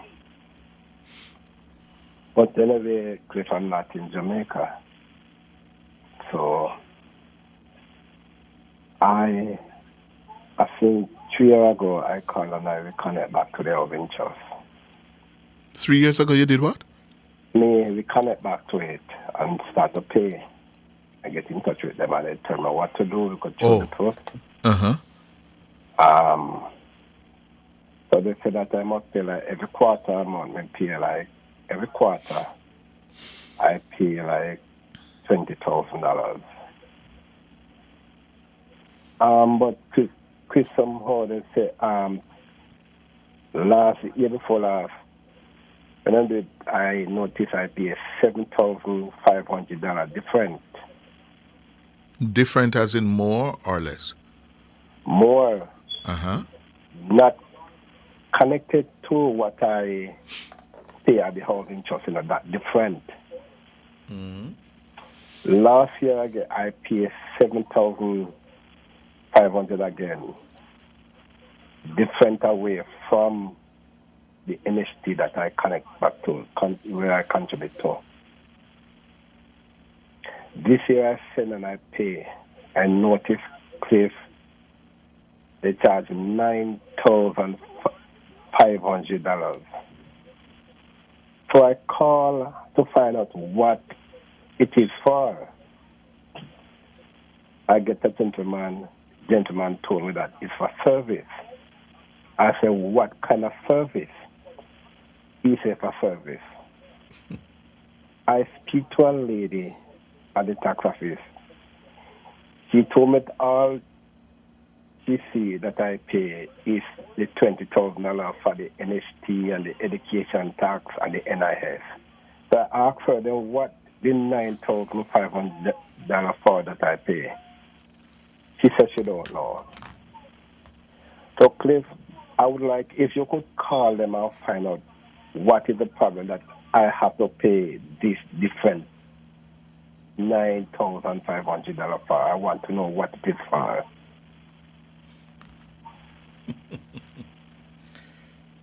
Because please, this to me like it is it's scamming. There is no other way can I put it. No, the NHT is not in the business of scamming. I'm not talking about the NHT, Chris. Then the NHT you pay to? The different. The what? The different that I have to pay. Not the NHT, no. So who you pay that different 9,000 to?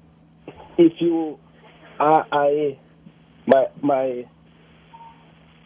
somebody paid for me. I have the.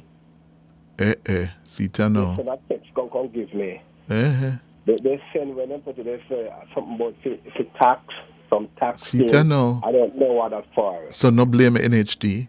Whoever you pay to. I'm not blaming the NHT. It's somebody there at the tax office. Because my brother paid last year at the tax office.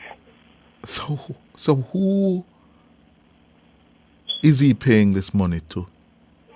Somebody there, Clliff. Somebody like who? Must be a worker, Clliff. Then you don't know who you pay your money to? But Clliff, I'm not in Jamaica. Exactly. And that is why you need to be even more careful. When I call the NHT, they say at the tax office, then we have to pay to. They contribute like we connect back and I pay to the housing trust. Sir? So we pay at the NHT. Sir? I same place in the office there, Clliff. Which office? Which office? The tax office in Maypen. The tax office in Maypen. Yes, I have the number Clliff. That's where the money pay for the NST. And you get receipt? I get receipt. And what kind of receipt you get? They send it to, every time I go there, they send it. I have, if you don't have a WhatsApp, I would send it on your WhatsApp to show where they say this is for a tax. And I want to know what that tax for. Same place there. I have it there. And you see it written Government of Jamaica Tax Office? Yeah, it's written. Oh. Yeah, it's written. So when you ask your brother, what your brother tell you or whoever you ask to pay? My brother gets chokes, couple... You need to come out and come sort out your business here, sir. Me can't sort that out for you.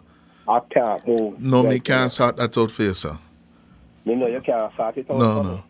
No, me can't sort that out. You need to be careful. Yes? Jamaicans need to be careful. You send money can give people for pay whatever. I know you get thing. No, sir. Right, no, Clliff. Okay, man. You need to come here and sort it out, sir. That's what you need to do. And walk with your receipt and when you come. I have it, Clliff. That's what I say. When you come, you sort it out. Me can't do that for you. Can't stay and do that for you. All right. You can't do that to me. No. I want to find out why them charge a Well, you have to come find that out for yourself. Can't do that for you. All right. Time for the break. My hands were steady, my eyes were clear and bright. You know it's national. If you're up on the road or even home, it's always national. National. Even at church, have a snack at work. Little peanut no hurt. Crush crackers in a tea, give me 2 red please. Easy for share, can carry anywhere. Here or there, no other brand compares, yeah. And if you want something sweet, it's a for unique. It's always national. You know it's national. You know it's always national. Jamaica, born and bred. National Baking Company. What the world needs now is more than a vacation. We need to come back to feeling our best selves again. Back to inviting. Back to loving. Back to life. Back to the little bit of Jamaica that's inside all of us. Come back to being lively again. Back to laid back.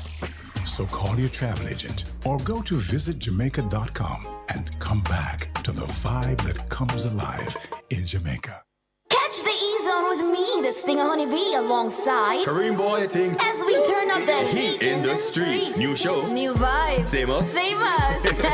Monday to Friday, 3 to 5 p.m. Right here on Nationwide 90 FM. We'll bring you entertainment news. We'll take away your Monday blues. You don't want to miss a week with us. We'll talk health. Well, jump into the mix. Or the hot seat. Don't miss the brain buster. Or the crazy giveaways. I mean, is this planet Earth? Is it? I don't know. Let me check. Either way, it's got a buzz. And a bugatti. Ow. Clliff Hughes Online. Talk radio for all Jamaicans. My hands were steady, my eyes were clear and bright. My walk had purpose, my steps were quick and light. 12 minutes going up to 11. We're going to get another perspective on this Haiti situation from Associate Professor at Elon University in Political Science, Jamaican Dr. Damian Blake. Good morning, Dr. Blake. Good morning, Mr. Hughes. How are you? I'm fine, Professor. Tell me, Haiti, yes? What do you make of where they are now and the efforts of CARICOM and its international partners to try to cauterize at first what is a deteriorating situation there?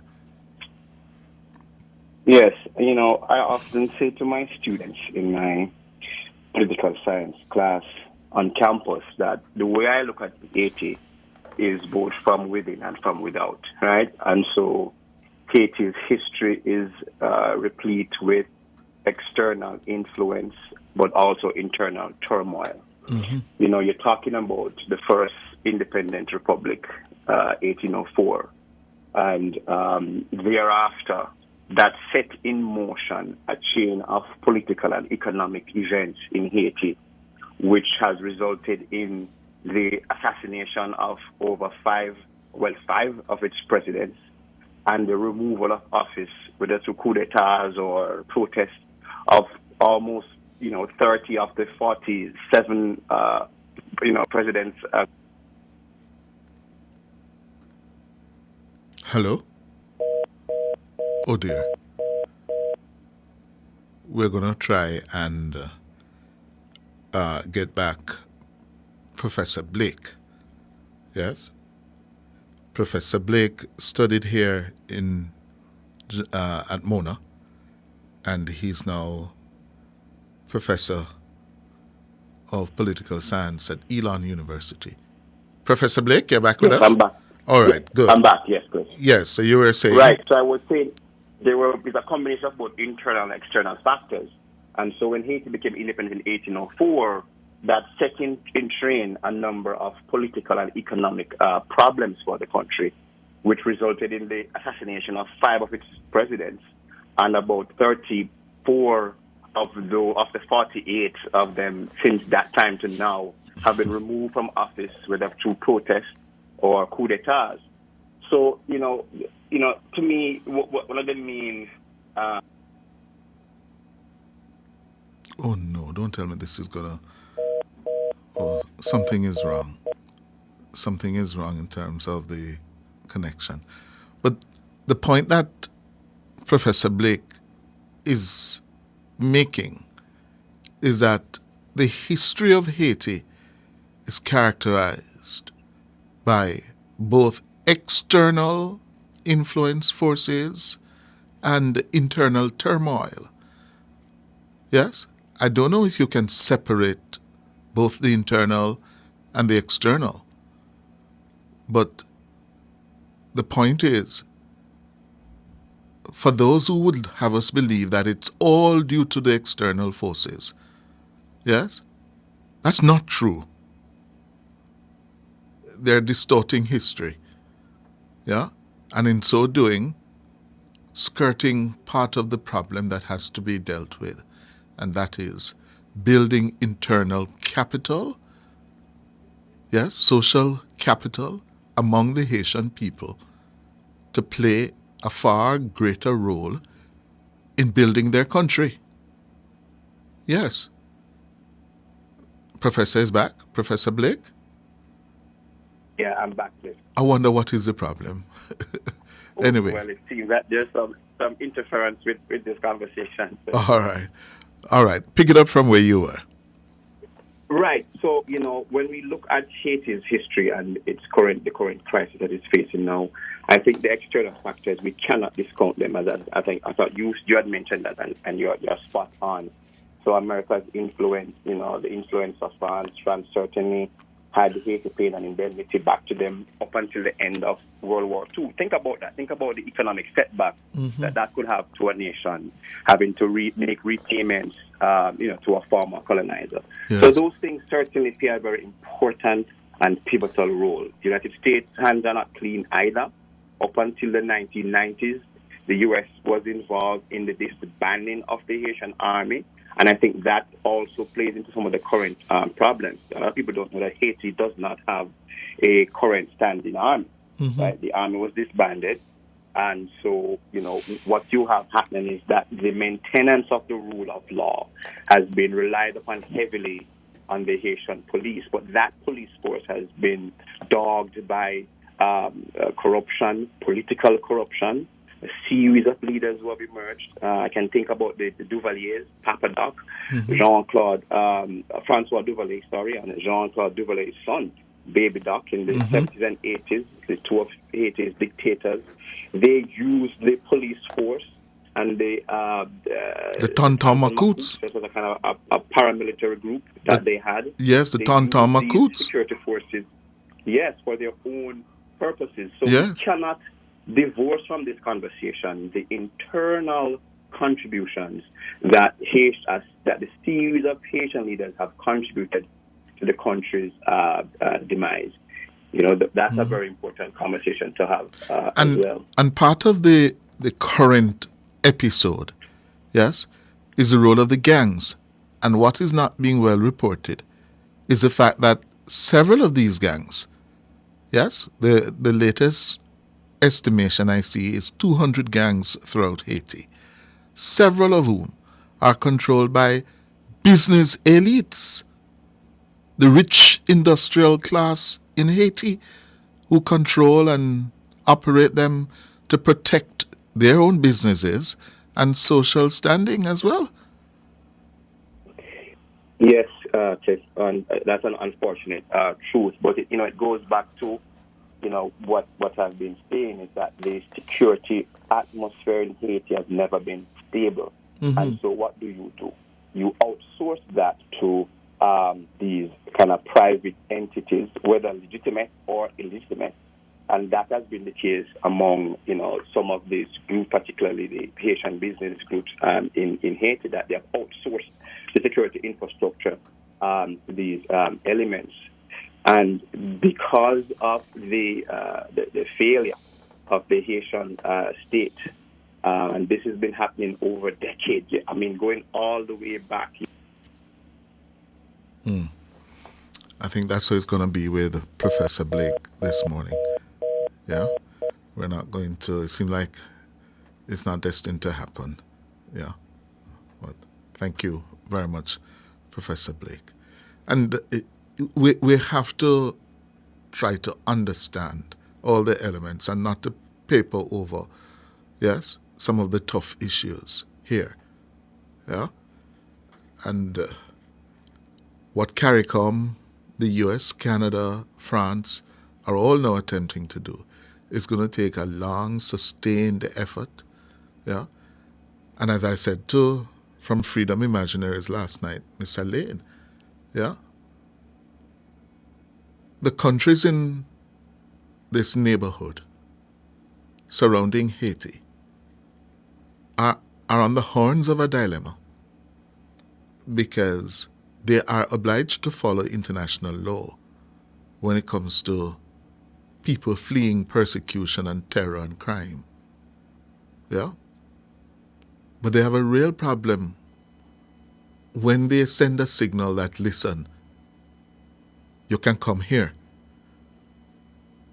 Huh? You can come here and you can find refuge.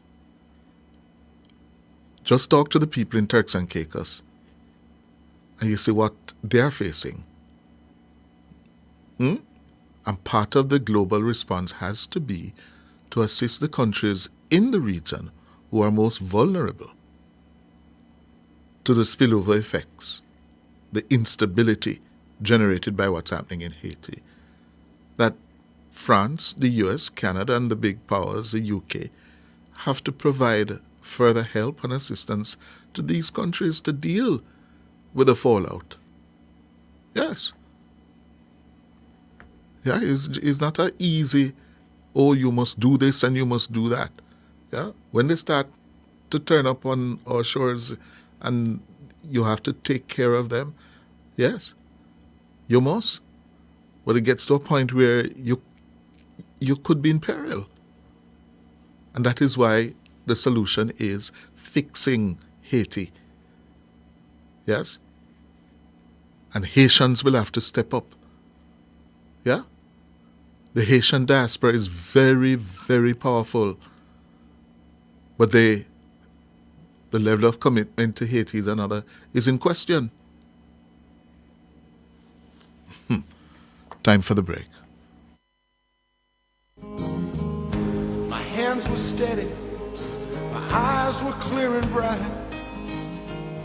My walk had purpose, my steps were quick and light.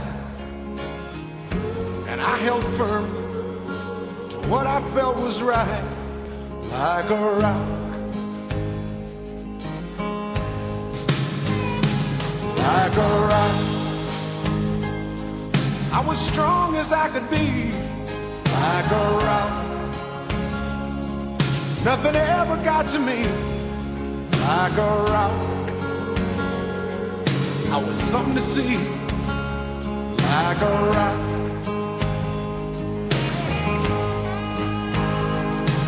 And I stood arrow straight, unencumbered by the weight hustlers and their schemes. I stood proud, I stood tall. Super healthy, super happy. SuperMed located in Kingston, St. Thomas, Portland, and St. Mary. The time by SuperMed family of pharmacies and Hughes Den Pharmacy is 11 o'clock. Tune in to Nationwide 90 FM, the new revolution in media. Stay ahead of the curve with our cutting-edge reporting and accurate breaking news coverage. We're having an earthquake. Oh, God. Hear it here first on Nationwide 90 FM. Is that really Clliff Hughes talking? Tune in, turn up the volume, and listen. We bring a mix of news, entertainment, and sports to your lives. Nationwide 90 FM's live and continuous coverage of the World Championships in Budapest, Hungary. News and discussions week mornings. Coming up in the news at 6 for this morning. Entertainment in the afternoons, then news again in the evenings. Nationwide news at this hour, fired. Also, tune into the entertainment and sports shows in the nights and on the weekends. It is Boy Things After Dark right here on Nationwide 90 FM. Everything is news, from current affairs and entertainment to sports, business, and other categories. Nationwide 90 FM. This is Beanie Man. Give it to them. Zaga, Zen. From every whisper to every commotion. That's rubbish. The KSAMC cannot investigate itself. Was Clliff Hughes really talking like that? Every news story unfolds here first at Nationwide 90 FM, the new revolution in media. Every sound is a story, and every story we share is news.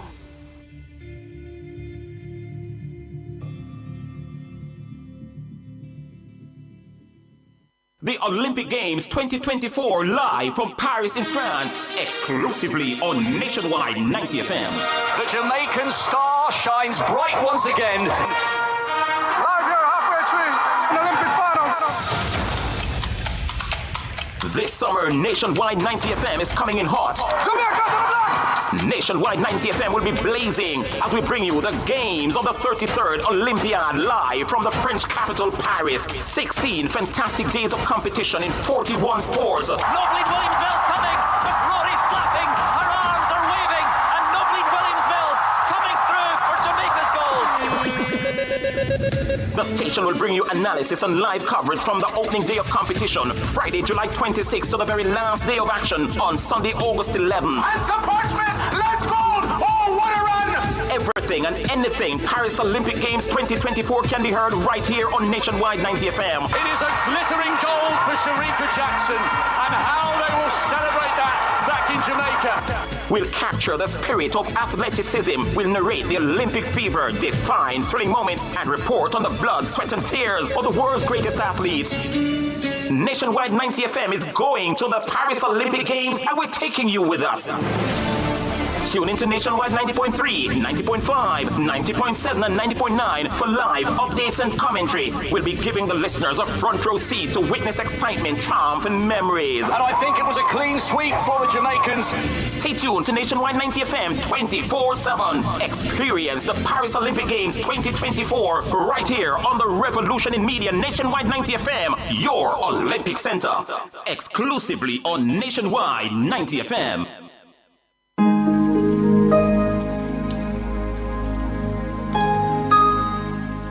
Hi there. Here's some good news for these trying times. Quote, "By God's word, I can see where I'm going. They throw a beam of light on my dark path." Unquote. Psalm 119, verse 105. Listen for God's word weekdays at 5:45 a.m. and 12:55 p.m. through Oasis. Stop by for a refreshing drink and share a God perspective for the day. Oasis. Weekdays 5:45 a.m. and 12:55 p.m. right here on Nationwide, a revolution in media. The rebroadcast of The Oasis can be heard weekdays at 5:45 a.m. The Oasis is brought to you by Solar Tech Jamaica. We use the gift of the sun to power our world. Our phone numbers are 630-9371, 630-9372, 630-9373, 630-9374 and 618-8255.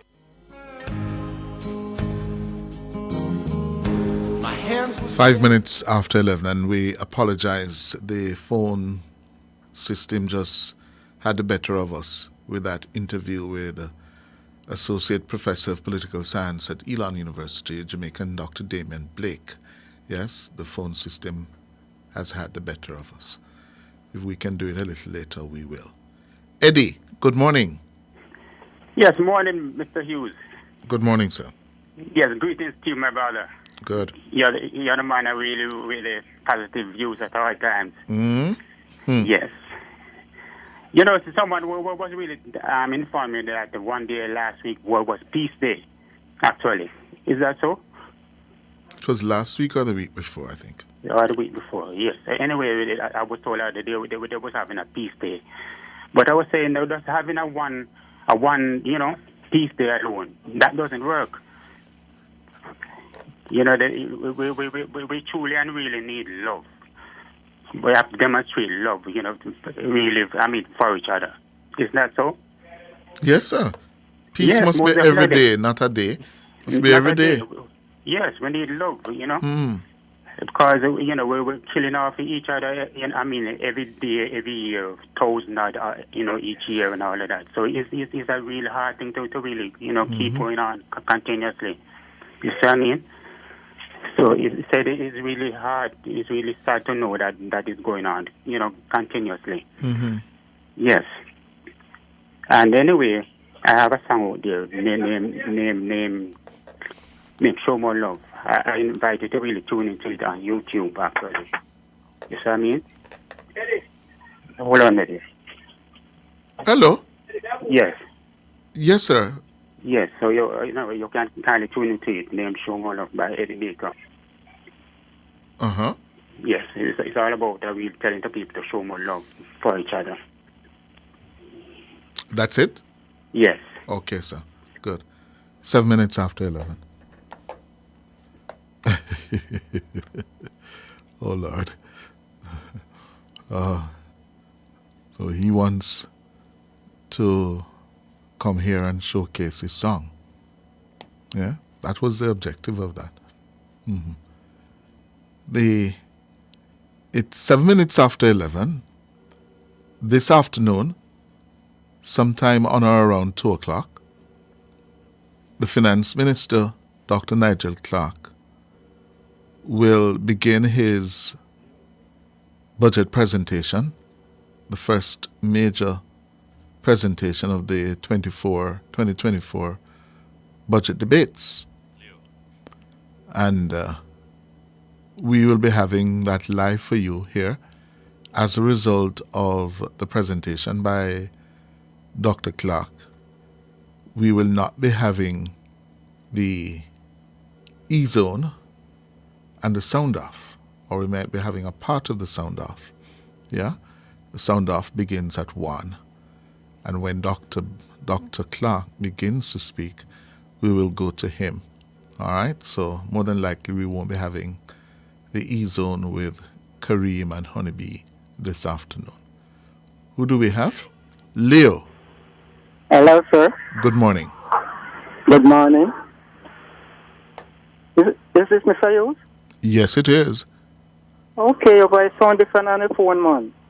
Oh? Mr. Hughes. Yes, sir. I'm trying to see. I'm in the 60s. This thing I want to explain something to you. I'm in the 60s? Yeah, I was going to school. When I was going to school, my mother bought me a national saving bond at a particular bank. So, and from that time, it's only one time I go there and ask if it is still in service. But what happened from in the 80s or so, we there one night and water just rush through me out, and we never know when we wake up, water me step in. And all my documents, my copy of the bond gets damaged. Everything. So, through that, I never faced them single about one alone to go check if anything for a boy.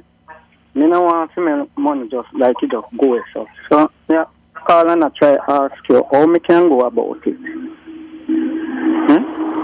I can call the bank. I can call the bank. Hold on, sir. Hold on. You know the name of the bank that your Yeah, mom man. opened? Yes? You know the name of the bank?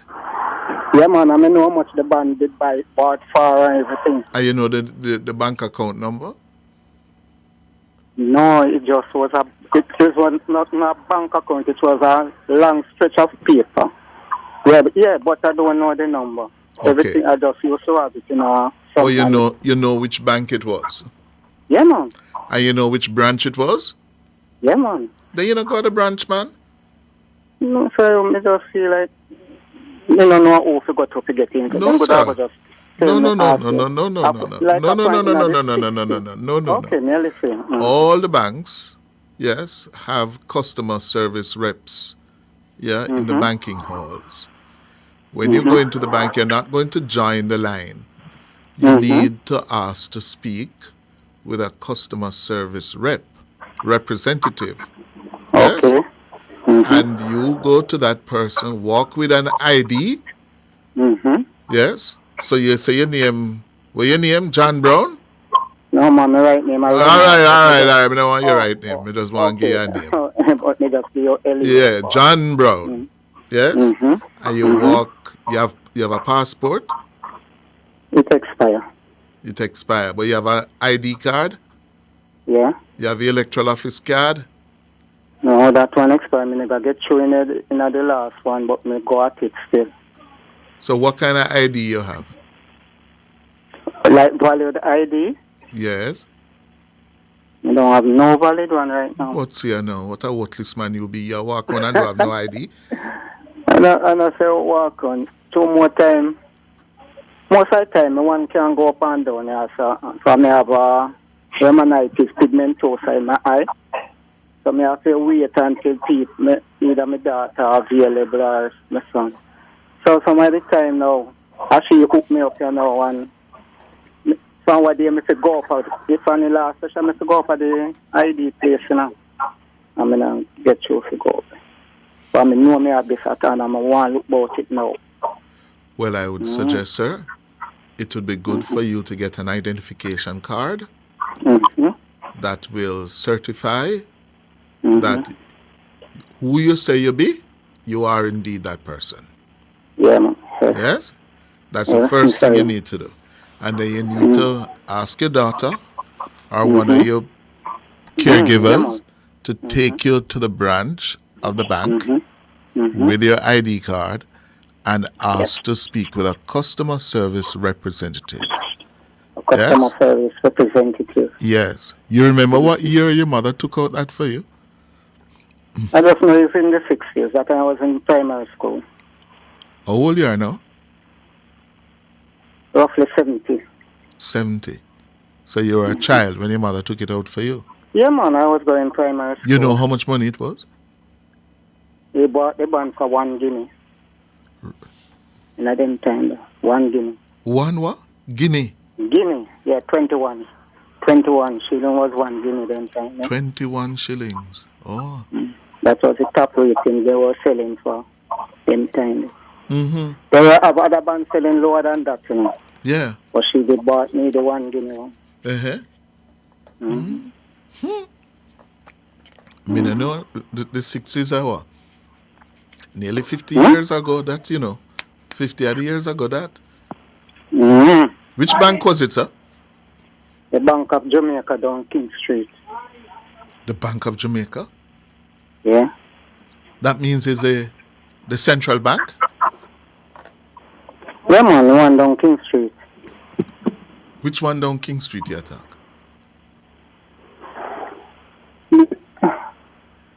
I think the original bank down Bank of Jamaica they bought from. Bank of Jamaica, sir? You sure? You sure? Yeah. You sure? Yeah, man, I then them was selling it.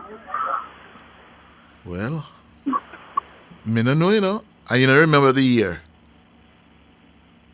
You know, say in the 60s, but I don't remember if it was 61, 62 or just, but I don't. But you sure say it was King Street? Yeah. Which part of King Street? No, say bank was... So, no, Bank of Jamaica not down King Street? No. Mr. Hughes? No, no. And never? No Bank of Jamaica, not on King Street. Well, maybe me have the street wrong, but me know say a Bank of Jamaica. And you know that is the central bank in the country, right? Yes, it was originally the big bank. It was we used to call it the original bank. It wasn't a Nova Scotia, it wasn't a Barclays, it wasn't any one of them bank there. It was some Bank of Jamaica. Bank of Jamaica, BOJ. Okay. BOJ. Okay, so BOJ now is Nethersoul Place on the waterfront. You know the bottom of Duke Street? Yes, sir. You know where the Bank of Jamaica is now? You know, sir. You know, I definitely know, say I don't No. May I ask if you know where the Bank of Jamaica is now? No, true, me never did to go check it out, you know. But my daughter know fine, but downtown at the Diesel place. Yes. All right. So it's near where them work then. Yes. She work at the top, the big, yeah. All right. So what you do now? You have to take your chances. Come in and know if them are gonna have the records, or whether if they have the records, whether you still have any money left. Yes. But what you do? You go down to Bank of Jamaica, make your daughter bring you down there one morning. Yes, and you ask to talk to our customer service representative there and explain to them your situation, your case, all right? Yes, Mr. Yeah? I'm here there, so me don't have enough money. Well, you never know. You never know. 1 guinea, 21 shillings it was at the time? Yeah, it was the biggest, that was our biggest money too. Oh. 1 pound one. Oh. Well, somebody on YouTube telling me that Clliff BOJ was first located on King Street, so you may be correct, sir? Yes, for me, no, it was King Street. NCB was also on King Street. Barclays Bank and BNS, Nova Scotia, was also on King Street. No, it was King Street. All right. Well, let me tell you now. Where it is now is down at the waterfront, the bottom of Duke Street. Yes? Your daughter know how to find the Bank of Jamaica. Yeah, man. Yeah? And you go up there, yes, and you go sit down and tell them. But you have to get the ID to make sure you say who you are. All right? Okay, Mr. Yo. All right, cool. I will try. Thanks. You're welcome. Good. All right, time for the break. My hands were steady. My eyes were clear and bright.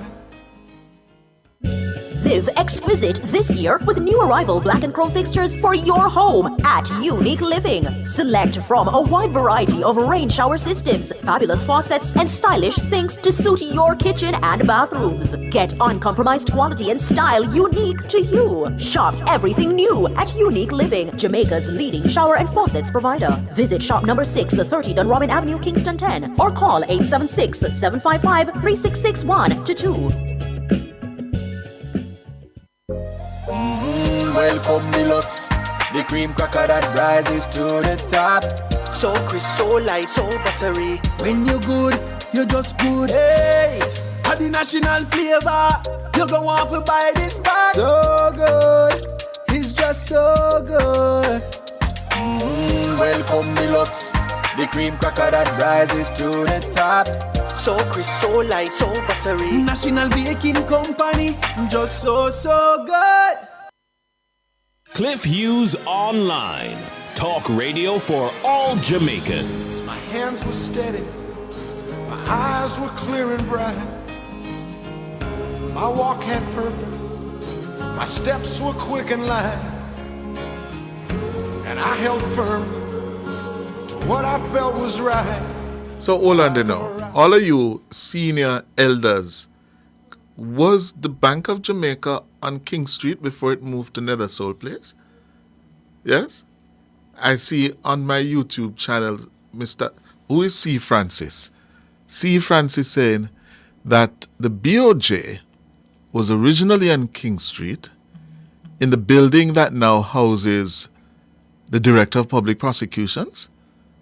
Yes, I think that's what he's saying here. I didn't know that.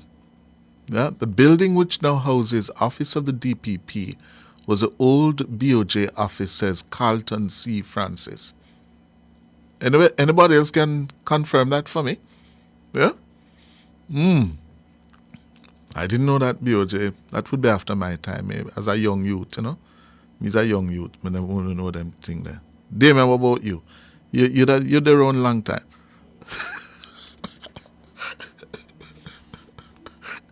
Oh, dear.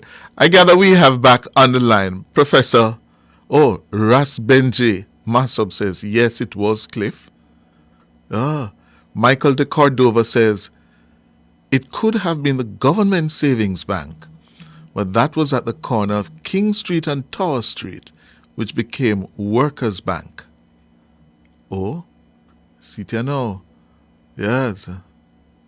Barbara Ellington says, my godmother's sister bought a small stock in New York in the 80s. She paid US $11,000. She died last year, and it was worth US $250,000. What? So, Mr. Man, we have the same luck. 21 shillings in the 1960s. Yeah? Could worth a tidy sum now, you know. All right. Tell me now, Professor Blake, you're back? And he's on Zoom this time. Yeah, I'm unmute this time. Unmute your mic, Professor. Good. Can you hear me? Yes, I'm hearing you loud and clear. Okay. Let us do it very quickly now, because before the technology gets us. Yes. So you're saying Haiti, yes? It has been a victim both from external and internal forces. I want you to spend a little time how internal forces have sought to undermine the country's progress.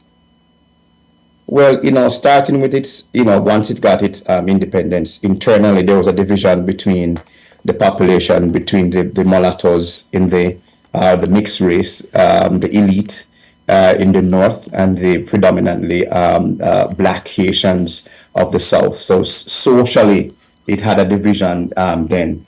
But the main divisions that I see in Haiti's history that contributed to its crisis now is political, right? That its series of political leaders have all tried to hold on to political power, and they have done so using the military force, which is why by 1995 the army was disbanded precisely for that reason, because all the leaders who have emerged in Haiti, from Dessalines all the way down through the Guillaume Sam, Jean-Claude Duvalier, François Duvalier, even Aristide. I mean, Aristide was the first democratically elected president in 1991, but they all used the military to secure their power base. Mm-hmm. And so that contributed to the kind of turmoil that we're seeing in Haiti.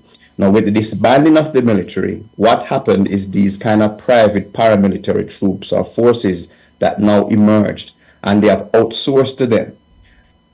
The Tonton Macoutes, which was developed by the Duvaliers in the 60s, 70s, and 80s, when they became disbanded after Baby Doc was exiled in 1986 and sent off to France, a number of those paramilitary guys dispersed into this Asian society and became part of what we know have as these Haitian gangs. And so if we're going to talk about Haiti's demise, Clliff, for our listeners, we have to take account of the political class and the political leaders and the role that they played in helping to destabilize Haiti. Certainly when we weight the external factors, I think weigh more heavily for sure, but we can't discount some of the internal problems. I mean, Moïse himself, who was assassinated, there were allegations of him using these paramilitary forces for his own kind of cementing of his own power. So it is something that is replete through the kind of anatomy of Haiti's political history and leadership. Okay. And so for my listeners, our listeners, when you hear that thesis being pushed by people like Murta Dizulme that, listen, it's all external, yes? Bear that in mind. That's not so. That's a half of the story, a part of the story. Turn now, Professor, to what is being attempted here, yes? In terms of this CARICOM international effort, yes? What do you make of that, based on what you've heard so far? I think it's a good effort. In the past, what has happened with Haiti is that the U.S. has been at the forefront solely through the UN, and there has been many allegations of the U.S. troops or the UN troops abusing Haitians and actually adding more gasoline to the fire, which is Haiti. I think what CARICOM brings is a sense of indigenous kind of support. The Haitians have a greater level of trust in their CARICOM neighbors. So I think that is a very important move to have CARICOM there. I'd also say that the leadership by the Jamaican administration on this one is noteworthy. And I see Guyana also stepping up in this account as well. And quite smartly, what President Ali is doing from Guyana is bringing in one of the BRICS members, Brazil. Is bringing in Brazil into the fold as well, and to create this multinational kind of union around taking on the issue of Haiti. I think because CARICOM now seems very united around Haiti's redevelopment and security, that the Americans are also taking a relook at Haiti. They don't want to have this kind of instability in their own backyard. They are having a serious immigrant crisis right now at their back door, the southern border. It's an election year, so the timing is quite right, I think, where CARICOM is showing a very united face in trying to lean and to put pressure on the US and France to provide the dollars and to provide the kind of logistical support. But CARICOM is going to lead the political logistics around this, and also having the Haitians provide the solutions that they need. Because let's face it, Haiti will not heal, Haiti will not rebuild without the Haitian people themselves giving the kind of things that they need. And I think CARICOM brings a level of trust and that indigenous support which has been lacking. Yes. But I'm happy to see that happening now. Good. We have another minute to go. Happening now in the country you reside in, the United States, it's a big election year. How are things shaping up there? Things are heating up. The race is on between the two elder men. I think former President Trump, he brings something to that. He's tapping into some of the fears that the American, at least a subset of the American populace has, fears around immigration. So immigration is a big ticket item. And on every speech that he gives, every rally that he's at, he tries to tap into that kind of issue around the fear that immigrants are coming in to take our jobs, immigrants are coming in to rape and kill our people. And so that's a big ticket item. Similarly to Jamaica, people don't feel, at least some people don't feel a trickle-down effect because the U.S. economy is doing well by the numbers, macroeconomically, but inflation is gnawing away at people's ability to pay their mortgage, to pay their health care. So that also is a big ticket item. And I hear people on the ground say, look, when Trump was in office, I don't like the ugliness, the thing that he said, but my pocketbook was much better under Trump. Right? I know a couple of guys who do trucking, and the truckers say, listen, under Trump, we were doing way better. Right? We were paying a little bit less tax, and we had more money in our pocket. And so I think Biden is up against that. What Biden has on his side, I think, is the issue around abortion. I think the Biden administration has that on their side. I also think around issues connected to the overall civility within the country, that the Biden administration has that on their side. But it's going to be a very tight race, Clliff, I tell you, because people are weighing how do they feel when they go to the supermarkets, when they go to pay their mortgage, when they go to pay for healthcare. What is it that they are being able to do. And in some ways, they think that the Biden administration has failed in delivering those goods, particularly among the minority communities. Jamaicans might find it odd that Trump has a strong support among minorities, among Hispanics and blacks, but because they are thinking about their purse strings, and they are saying, under Trump, we were better off. Biden does a good talk, but the Democrats have not really delivered, particularly to the minority community. And there's an often said phrase, Americans vote their pocketbooks. Yep. I mean, remember this phrase from, I think it was Hillary Clinton or Bill Clinton who said, "Is the economy stupid?" Yes. Right? Is the economy stupid? Yes. And it is true. It boils down to the economy. Yep. And immigration.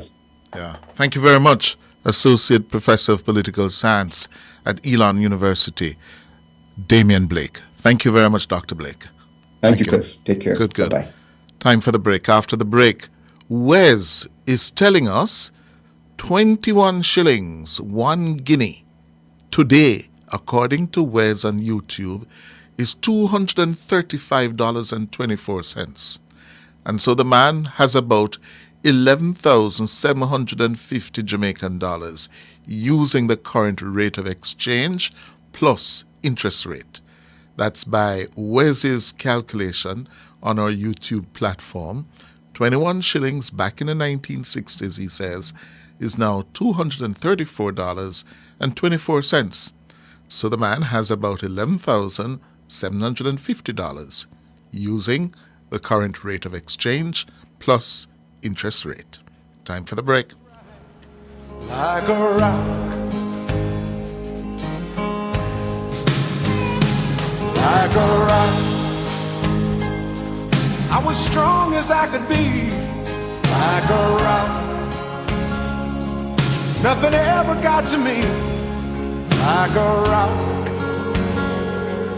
I was something to see. Like a rock.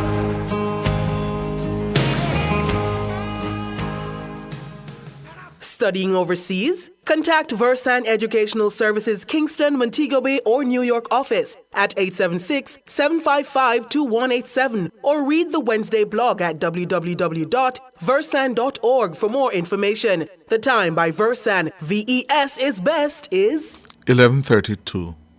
Go crazy for this offer from Flow. Get a free Samsung phone and earbuds when you sign up for Flow Yard and Road for the special price of $4,999 plus GCT. Free is all the craze. This crazy offer won't last long. Visit discoverflow.co or your nearest Flow store for more info. Conditions apply.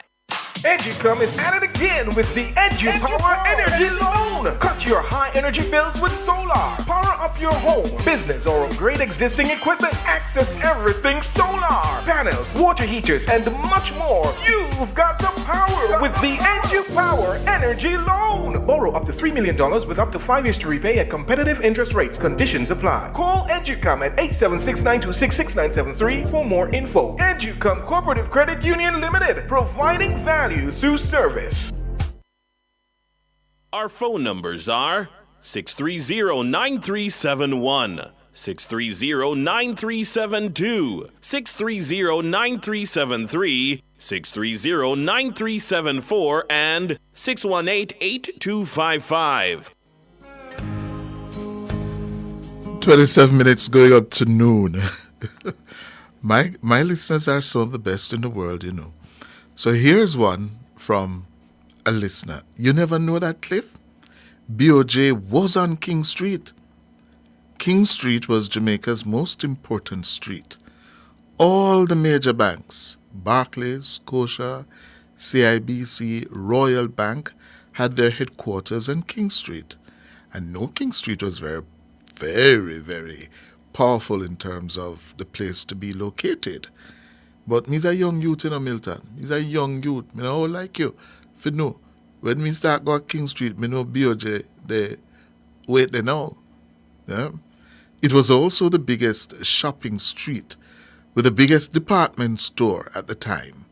Town and Country, Amar's, Time Store, Woolworth. Well, I remember Time Store and Woolworth on King Street. That's where we would go shop. Yes, especially Time Store. You know Time Store Day, man? Lord. So, me not too bad. And then he says, BOJ moved from King Street to Nether Soul Place. That's from a listener, Milton. Well, I didn't know that. Okay. Here's another one. This one from Colin, another listener. Yeah, little boy. Yes, me's a young youth. Me tell you that, Colin. Me's a young youth. Yeah. Colin says, you're a little boy. BOJ was at King Street, and they had commercial banking services. DPP moved uptown South Tower. Long time. Oh, DPP moved uptown South Tower long time. Right? So, yes. So all the senior elders are saying, yes, Clliff, BOJ was at King Street. So the gentleman whose mother had invested a shilling for him, a guinea for him, yes, is correct. Here's another one. Tomlin says, yes, it was on King Street for real, before the Supreme Court. My brother-in-law worked there. So, now that we know that BOJ, the Bank of Jamaica, was indeed on King Street, sir, you're correct. It's now at Nether Soul Place. All right? Ah, dear. All right. Bud, good morning. Good morning, Clliff. Mm-hmm. And I am disappointed that you're saying that you are not aware or were not aware that BOJ was downtown. I mean, I No. went to school probably about I know 9 it's years. downtown, but not on King Street. Oh no, it was a King Street as a past student at Greenwich Primary School. I used to walk. My classmates and I would walk from Greenwich on Spanish Stone Road to downtown every afternoon, and that's where we were as kids. Would hang out. The uptown thing is late. They came into this late. I mean, King Street was the place. I remember Everything that. happened on King Street. I remember that because when I was going to Chetola Park, yes, and lived in Rockfort at the time, yes, we would go invariably onto King Street, Times Store, SPCK, go buy books. Remember that bookstore named SPCK? Of course. I mean, Yes, I mean, Woolworth. ask me anything about downtown, I know. But when you were going downtown, the bank was right there. It was still on. Once you went to SPCK and Yes. Times Store, Mhm. the bank was on going down King Street. It was on the right hand side. Oh. I mean, and that time was when JOS was he said a hit then because everybody was riding on it. So, Uh-huh. yeah. And Well, I must tell you, I didn't know. Probably I wasn't conscious enough that was the Bank of Jamaica at the time. Yeah. Yeah. As I say, sir, I'm a young youth tall, you know. I'm a young youth. Yeah. We're about 9-10 years apart. Yeah, somewhere around there. I'm going 70 now, so. You see, Yeah, you're my you can elder. calculate that. You're my Say that elder. again. Respect Well, you. In a little bit way. And anyhow, my call this morning was. This is my caller from Houston. Yes. Okay. Yeah, I wanted to ask you if you remember this rhythm. No, Joshua, no. No, Joshua, no. You took them out of bondage and they thank you for it. You sing them songs of love and them try to sing with it. Did you remember that one? No. No, you know that No, one, sorry, I David? didn't hear you. No, I don't recall that one. Hey, I mean, I thought I'm sure I heard you said something about being a member of the PNP. Yes. So I'm surprised that you didn't remember that because in '72 when See, Mr. see Manley when won, gone 72, me a young youth. but 72, you were man. studying politics based on what you said when I listened to you No, from time to time. I became politically conscious after I would say when I entered first form in 74 at Excelsior, yeah? Okay. I became politically aware. What I can recall of the 72 elections was the merriment and the excitement and people with a lot of brooms. Of course. Well, Yeah. I'm glad you brought that up. I'm glad that you brought that up. So you still have some good memories of what took place then. Yeah, but I didn't have any conscious understanding of that it was a national election, what it meant. It was years after, yeah, that I learned about how pivotal that 72 election was. Okay. Now, this was somewhere around 74, 75, things started changing. I mean, people were talking about what the economy was doing, and anyhow, this guy, I think it was Ras Carby, but this was a song that he wrote at the time, and it was really expressing how the country was feeling about the economy. So when this election, the election we had recently, and the people were talking about the change, just in case they didn't remember, or maybe they're too young, that and I'm talking about my age group people who are listening and who are familiar with what was happening there. Yeah, we've been there before. We saw the same expression about, time for change. That was what was happening back then. So I don't know how much change this is going to bring, but I hope for their sake,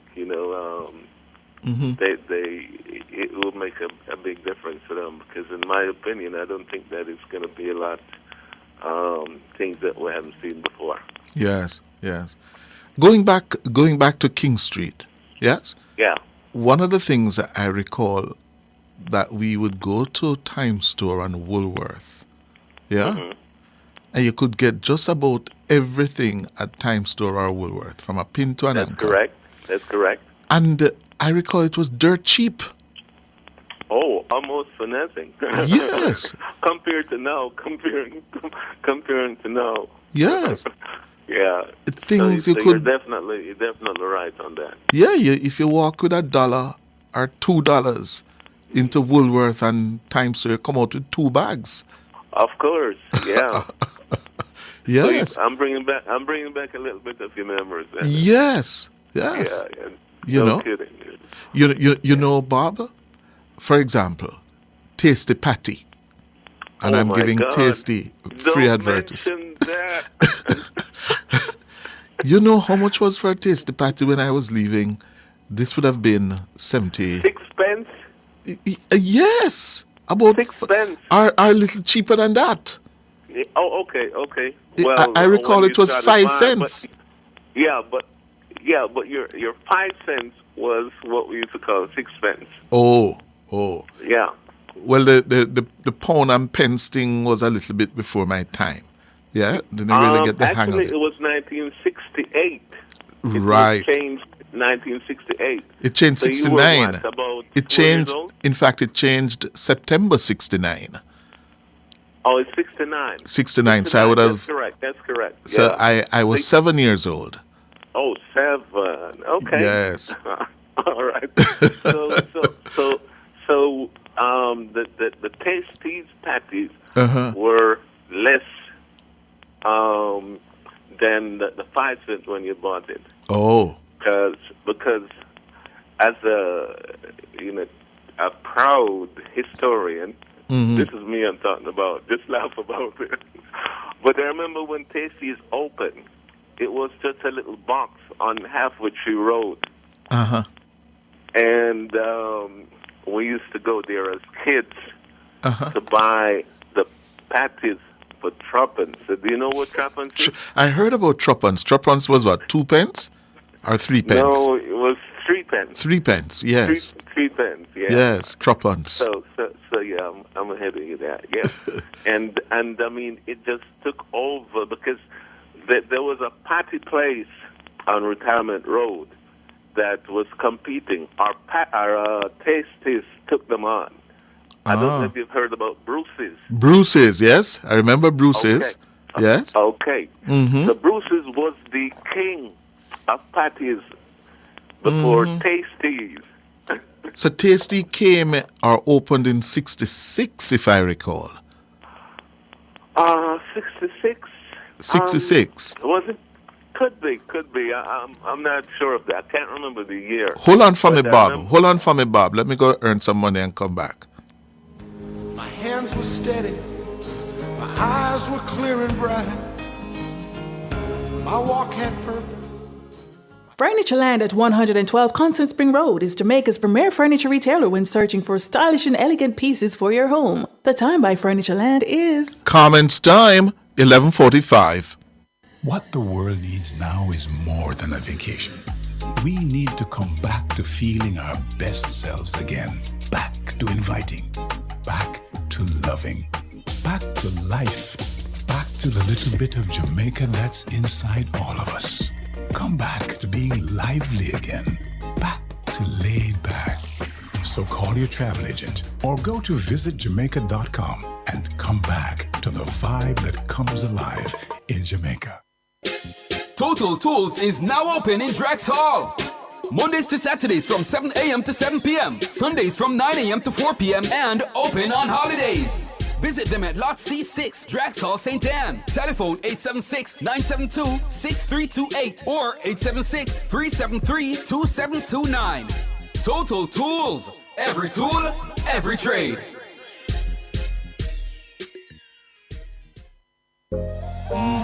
Welcome Deluxe, the cream cracker that rises to the top. So crisp, so light, so buttery. When you're good, you're just good. Hey, had the national flavor. You go off and buy this pack. so good. It's just so good. Welcome Deluxe, the cream cracker that rises to the top. So crisp, so light, so buttery. National Baking Company, just so good. Our phone numbers are 630-9371, 630-9372, 630-9373, 630-9374, and 618-8255. Bob. No, it's Bud. Bud. Well, listen to me, man. Listen to me. Yeah. Here's some of the reactions we're getting. A listener says, now I know I'm a senior. You talking about tasty patty? You should have had Bruce's patties. Yeah? Bruce's. That's right. Yeah, so that was the king. Bruce's was the king. Yes. Bruce's was the king. Retirement Road. I mean, I used to enjoy going to Bruce's because there was no competition. Well, here's another one. Bud. Tasty patty Clliff.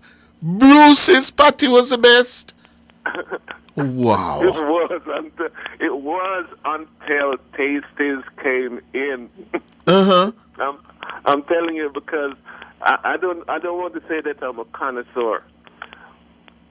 I really don't want to say I'm a connoisseur, but when Tasties came in, and then the taste and the flake and everything about it, I mean, and then it was bigger than what it is now, man, because you could see the meat in it, and so that's where the competition began because the Bruce's people were saying Bruce's was better, and Tasties was saying, well, the Tasties fans like me were saying Tasties was better. And then it went until Bruce's just disappeared. That's what I remember. What happened to it? Do you know? I don't know. It just went out of business. But yeah, I can easily say that Tasties took them down.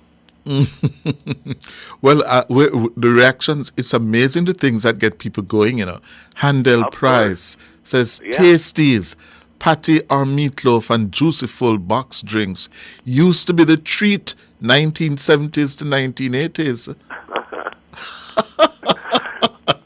Look, I don't want to keep the line, so. God. And then here's another one, Joy Fuller. Bruce's was the best. And then Denval Plunkett on YouTube. Clliff, do you remember John Croc Garage? They sell Land Rover? No. Is John Croc or Crook? Do you know, sir? Bud? We lost Bud? Oh, no. It seems like we lost Bud. Huh? Oh, dear. Yes. And Bud told me about a song. Yes, I wasn't aware of this about Michael, but someone sent it to me. Here it is. No, Joshua, no. No, Joshua, no. No, Joshua, no. No, Joshua, no. You took them out of bondage and they thank you for it. You sang them songs of love and they tried to sing with it. But now in the desert are you battered and bruised. They think they are forsaken. They think they have been used. Since you are my friend Joshua, I think you should know Joshua. Rasta is watching and blaming you. Since you are my friend Joshua, I think you should know Joshua. They say you must forward and start anew. You know those who fought for you, you thank them for it. You led them across the Red Sea when Pharaoh drowned in it. But now in the jungle youth man shout out lion. The older men are patient but they long for Zion. Since you are my friend. Okay, so thanks to Vernon. Vernon says to me, Max Romeo did the song. It is said as a form of caution to Michael Manley, whose popular name was Joshua at the time. Yeah, it was a caution to Michael after he started losing popular support. Yes, so you see, I have some people listening this program, you know, they're the best. Vernon, thank you so much for that, Vernon. He says Max Romeo did the song. It is said as a form of caution to Michael Manley after he started losing popular support. Yeah, no Joshua. Yeah. Thanks to Bud from Houston. Who else is on the phone? Richie, good morning. Good morning, Daddy Hughes. Good morning, sir. You know, I'm not calling Daddy again just because he's a little youth. Yes, Mr. Young Youth, a little youth, young youth. Young youth. Yes. I'm not calling Daddy again. Yes, me young. Young. Yeah, young youth. And I'm in the heart of Woodaba Town. What's that? And I am in the heart of Woodaba Town. Yes. And the lady just put me to like a corner and I listen to your program. Mm-hmm. So I just called and unfortunately I got in. But at least someone just stopped to talk about the changing the pound change from 4 and pence to 69. So sometime 1969 September. Mm-hmm. So I realized that he was talking about the pound. Mm-hmm. Do you know that when it was pound and pence, it was price time of the American currency? Valued twice, 2 times of American currency? I don't know. I don't recall how much it was. I know it was more powerful than it was 2 times. Oh, I don't know if it 2 was times. Yes. And what do you think they call the guinea? What? The guinea. The guinea was 21 shillings, I'm told. 21 shillings. 1 pound and 1 shilling. Oh. Yes. Okay. Yes. But I was a youth to that youth. Youth. But the same thing I learned, and I don't want to forget it. I don't forget it. Uh-huh. And I've been following politics from a little boy. Uh-huh. When I walked with my mother, because my mother was a laborite. And you then talk about the garage in Kingston. It was called John Cook's used to sell pure Land Rover. Yes. Yes. So I'm glad to know that you learned so many things. All right, sir. Thank you. Yes. You're welcome. Yes. Oh, several times. Okay. I'm told that Minister Mackenzie, who freelances here or moonlights here on a Sunday inside the mayor's parlor. Says he plays Max Romeo's No Joshua several times. It's not a new song. Well, clearly it's not new. Bud was telling me about it from the 70s. Yeah? Well. Another listener says, who's an attorney, says the Bank of Jamaica had its offices at the premises where the DPP's offices are now located. The Attorney General's chambers were on Barry Street across from the Supreme Court building. Yeah? So we're learning a lot about the history. We should do a whole program on the history of King Street. Yeah? On YouTube, Sharon Bliss, Clliff, what you used to drive in go school is Patty Pan bus? Yes, Sharon. That was a number 16 bus. Me remember that, Patty Pan. Yeah? They called it Patty Pan. Damien wants to know why we called it Patty Pan then. I can only guesstimate at the time that it was really a kind of tinny kind of metal. Tin. Yes? If you wrap it, you'd hear it reverberate. Yeah? And you could hear it from a mile coming. Yeah? And it was one of the smaller buses of JOS, yes, Jamaica Omnibus Services at the time. And it was only on the number 16 route, yes, from downtown to Jonestown, that area of the West. And it's number 16, we used to call it Patty Pan. It felt and sounded like a pan. Yeah? That's how it felt. One, what do you call it? Like a bus, but a smaller bus, yeah? And it was the worst bus. It was the worst of the fleet. It make whole heap of noise. And it never look right. So yes, Sharon Bless, I used to travel in the Patty Pan bus to Chetola Park and go home, yes? Carlton Johnson YouTube says, Clliff, after Bruce's migrated to New York, he started the business in Brooklyn on Utica Avenue. Oh, the operators of Bruce's Patties. Is that so? Oh, okay. There you have it. He migrated to New York and started the business here on Utica Avenue. I know Utica Avenue. Yeah.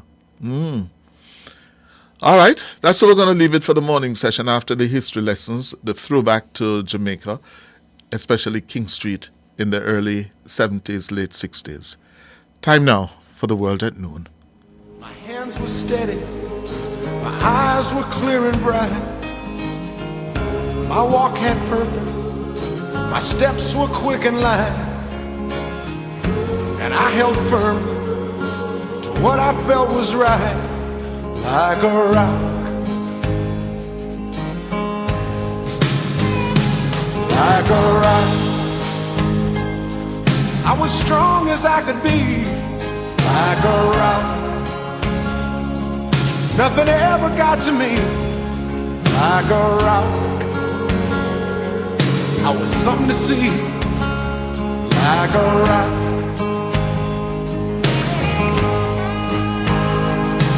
and I stood arrow straight, unencumbered by the weight of all these hustlers and their schemes.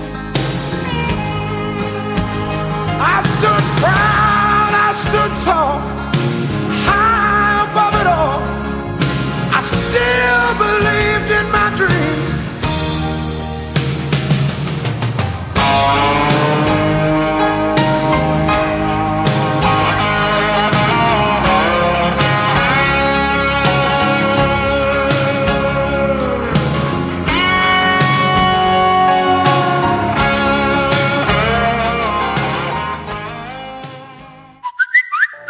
News on the go. The latest stories from Jamaica and around the world are literally a finger tap away. Keep up to date with Teen Revolution 24 hours a day online via nationwideradiojm.com. Listen live, read the latest stories, hear every soundbite. Be a part of the vibrant online debate via Facebook and Twitter.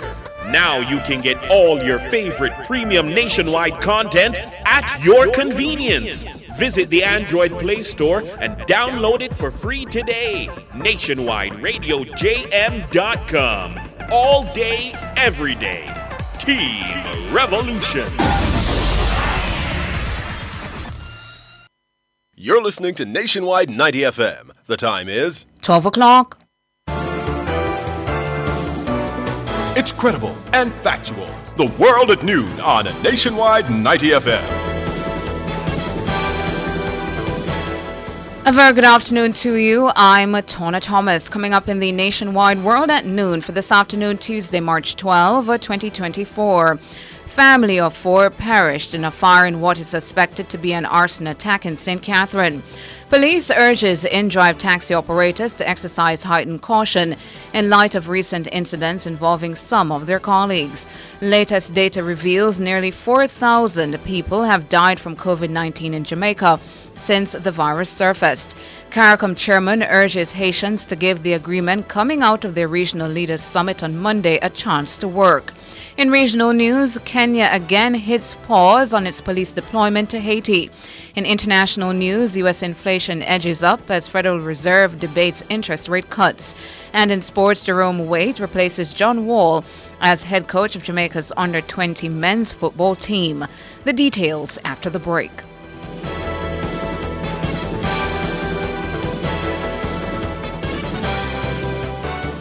The Midday News is brought to you by Total Tools. We almost always have it.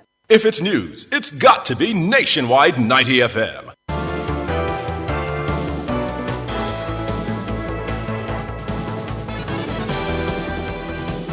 Now to the details.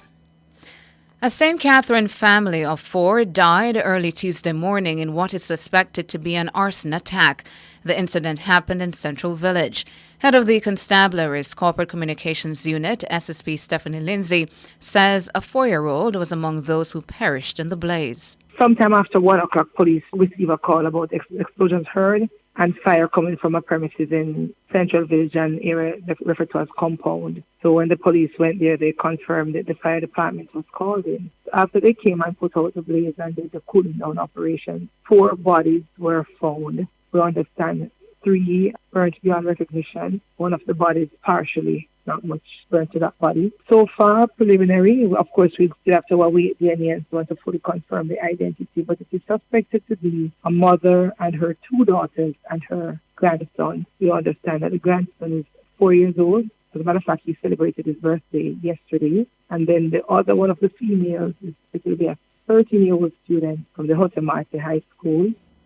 SSP Lindsay says an arson attack is one of the lines of inquiry being pursued by the police. They're on the ground. They are picking up a couple of things. They are following several lines of inquiry. They haven't come to any conclusion just yet, but they will be in the space for some time because usually when these things happen, you remain on the ground and you do the investigation, you'll have a breakthrough very early. So I spoke with the commanding officer earlier, and they are following several lines of inquiry. They are looking at the possibility of arson. They are looking at other things. So they are not ruling out anything just now.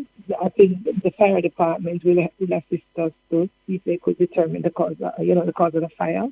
That could be a start. Or eyewitnesses who may have information can share with us. SSP Stephanie Lindsay, head of the Constabulary's Corporate Communications Unit, speaking with Nationwide News. Now, the Jamaica Constabulary Force is urging in-drive taxi operators to exercise heightened caution in light of recent incidents involving some of their colleagues.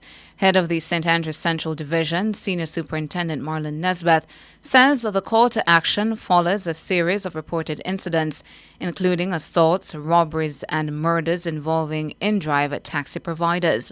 He says senior investigators at the Halfway Tree Criminal Investigation Branch are actively working on implementing measures to address the current challenges. SSP Nesbeth says it's imperative that individuals exercise caution and conduct the necessary due diligence to protect both themselves and their passengers. Meanwhile, he says the St. Andrews Central Division is working collaboratively to enhance security measures and address the reported incidents effectively. Members of the public are being encouraged to share information about criminal activities. Persons with information can call 311-811-119 or the nearest police station. Nearly 4,000 people have died from COVID-19 in Jamaica since the virus surfaced.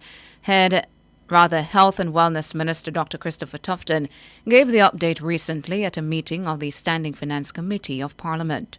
Yeah, as of March 2024, we had 156,869 confirmed cases of COVID-19 in Jamaica, and we had 100. That's two for 2024. So let me just go through the years. 2020, 331. 2021, 2,734. That's a big year. 2022, 588. 2023, 101. And to date, 2024, 2. One of the worst health crises faced in decades, COVID-19 saw more than 7 million people killed globally, with over 700 million confirmed cases since its outbreak. The virus also proved to be one of the greatest global economic disasters since the Great Depression of the 1930s. According to the health minister, the country also lost more than 50 healthcare workers who were on the front lines during the height of the pandemic. Dr. Tufton says these workers must be honored for their sacrifice. I should add that I did a check on the healthcare workers for another reason, and we lost, on record anyway, we lost about 53 healthcare workers on the front line, either through secondary contracting or while they were on the front line, which is something I think we need to do something for them to recognize their efforts at a later date.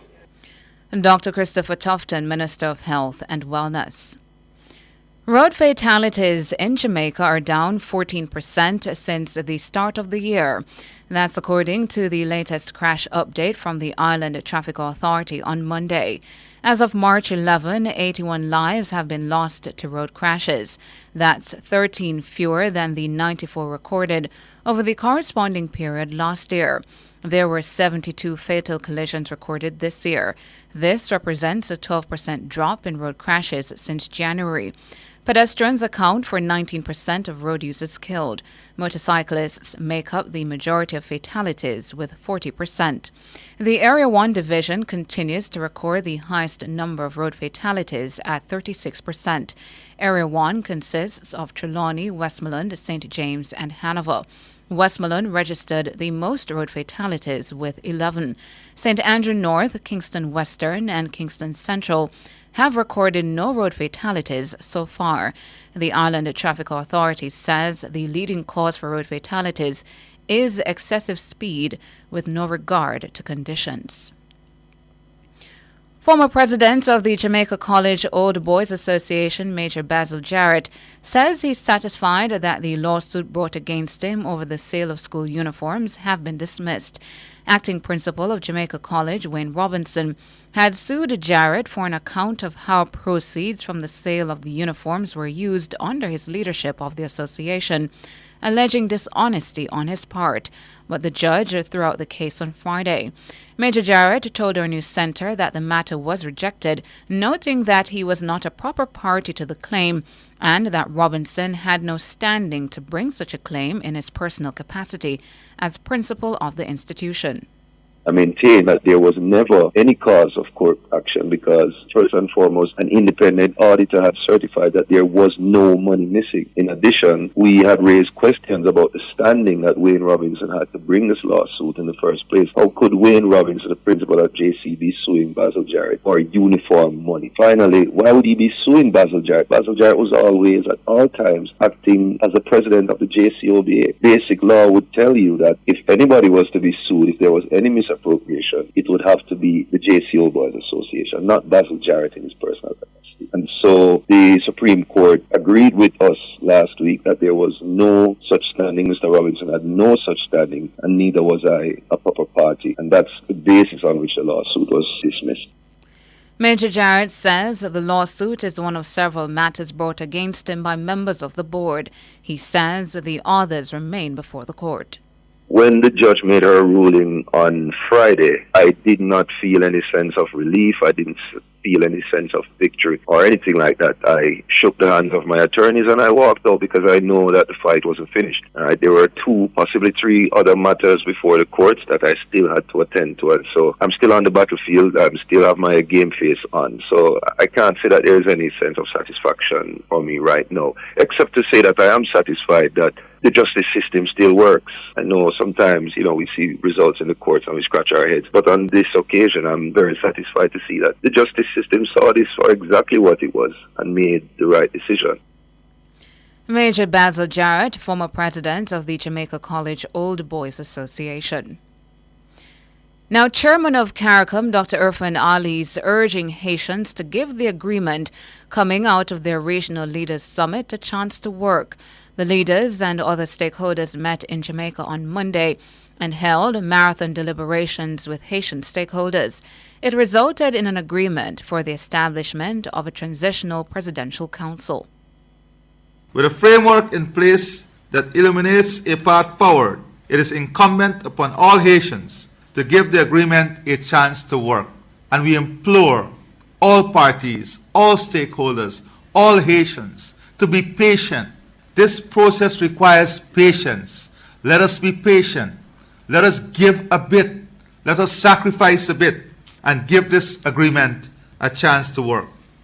Dr. Ali says that the transitional process to a free and fair election will require the participation of all stakeholders. To enter into a process of national dialogue and to lay the groundwork for a transition that is based on inclusivity, encourages participation by all stakeholders, and paves the way for elections as soon as possible. This is the only sustainable path to a future of strong democratic institutions, peaceful resolution of conflict, and security and prosperity of all Haitians. Dr. Irfan Ali, chairman of CARICOM, the announcement of the Transitional Council follows the resignation of Prime Minister Ariel Henry Monday night. The freshly established Transitional Council has been mandated to appoint an interim Prime Minister as it leads the transitional process to a free and fair election. In the meantime, a Caribbean correspondent at the Miami Herald, Jacqueline Charles, says Haitians are questioning how the Transitional Presidential Council will work. The council was established during an emergency summit on the Haiti crisis at the Jamaica Pegasus Hotel in St. Andrew on Monday. We put together essentially 9 individuals that are basically, adversarial. These are groups that are, they're adversaries. And so people are trying to figure out how that is going to work. It is not yet decided whether or not there's going to be one president on this council, or will they be rotating presidencies every couple of months. That's the reaction out of Haiti. Everybody's looking at this and knowing this country and knowing the history of saying, how is this going to work? The council will have 7 voting members and 2 non-voting observers. The 7 voting members will comprise 1 representative from a number of groups to include the private sector. Non-voting members will be represented by 1 member from civil society and 1 member from the interfaith community. The council members are set to operate by majority vote. Ms. Charles says the council's challenge may be getting everybody to work together.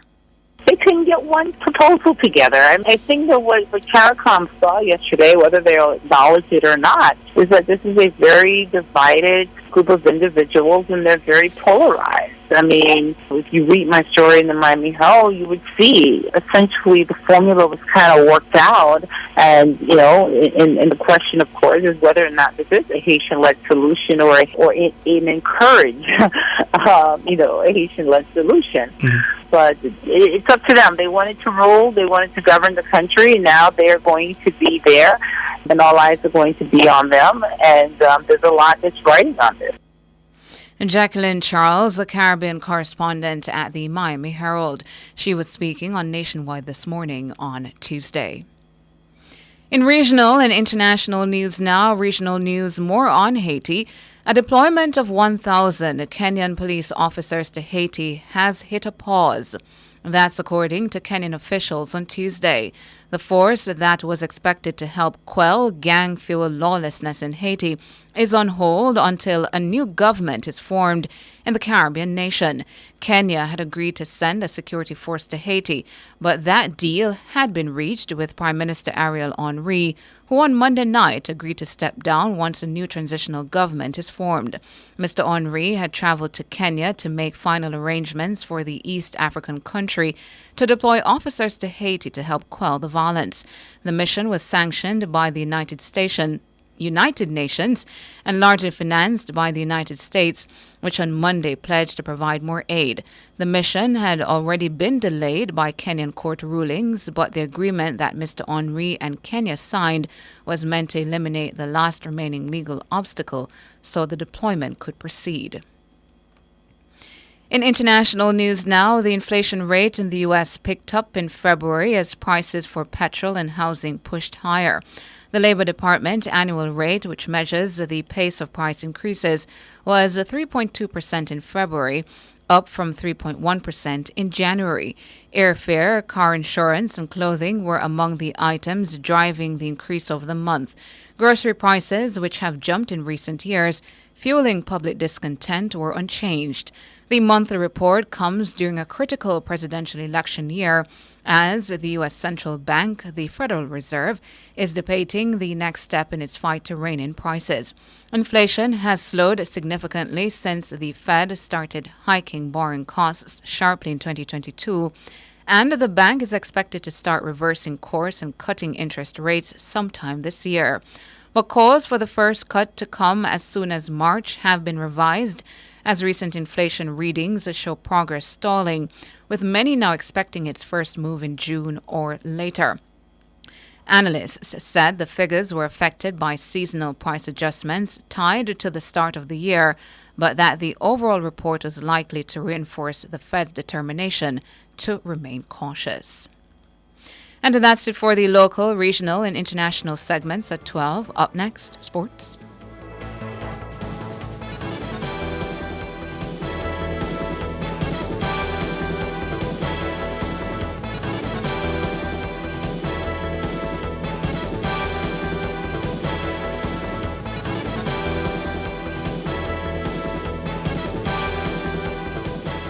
The Midday News was brought to you by Total Tools. We almost always have it. Yes, me get the last cheese. Taste the beat. Brothers and sisters, at the end of Easter service, we have cheese. Taste the beat. But one day we get no bun and cheese. Taste the beat. Serve, sell me some bun and cheese. Taste the beat. Why, this looking nice with some tasty cheese. Taste the beat. Could I have some cheese, please? Taste the beat. Make we get on real bad with the tasty cheese, boy. Tasty beats with tasty cheese. Jumpstart your fitness goals with Express Fitness. Sign up today and restart your fitness journey at an Express Fitness location near you. Enjoy safe, comfortable, and well-equipped gyms from 7 a.m. to 8 p.m. daily. Call 554-5180 for a full listing of our open locations. Express Fitness. Express Fitness. Your goal, our mission. From the Nationwide News Network, comprehensive, up-to-the-minute local and international sports news, this is the Nationwide Sports at Noon.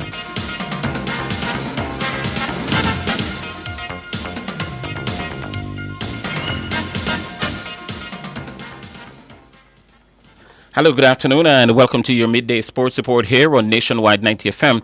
I'm Wayne Walker. There's a shake-up in the National Under-20 men's football coaching setup. John Wall, who had been in charge of the program for the past year, has been recalled by the JFF to the national senior team to join head coach Heimer Hallgrimsson. Wall's some substantive duties when he first joined the JFF was the first assistant to Hallgrimsson, but he was asked to take charge of the youth program because of his experience and success coaching at that level. Wall is also the FIFA FIFA Talent Development's key manager for Jamaica. Tivoli Gardens Premier League coach Jerome Waite will now take charge of the national under-20 team. Waite is no stranger to the national program.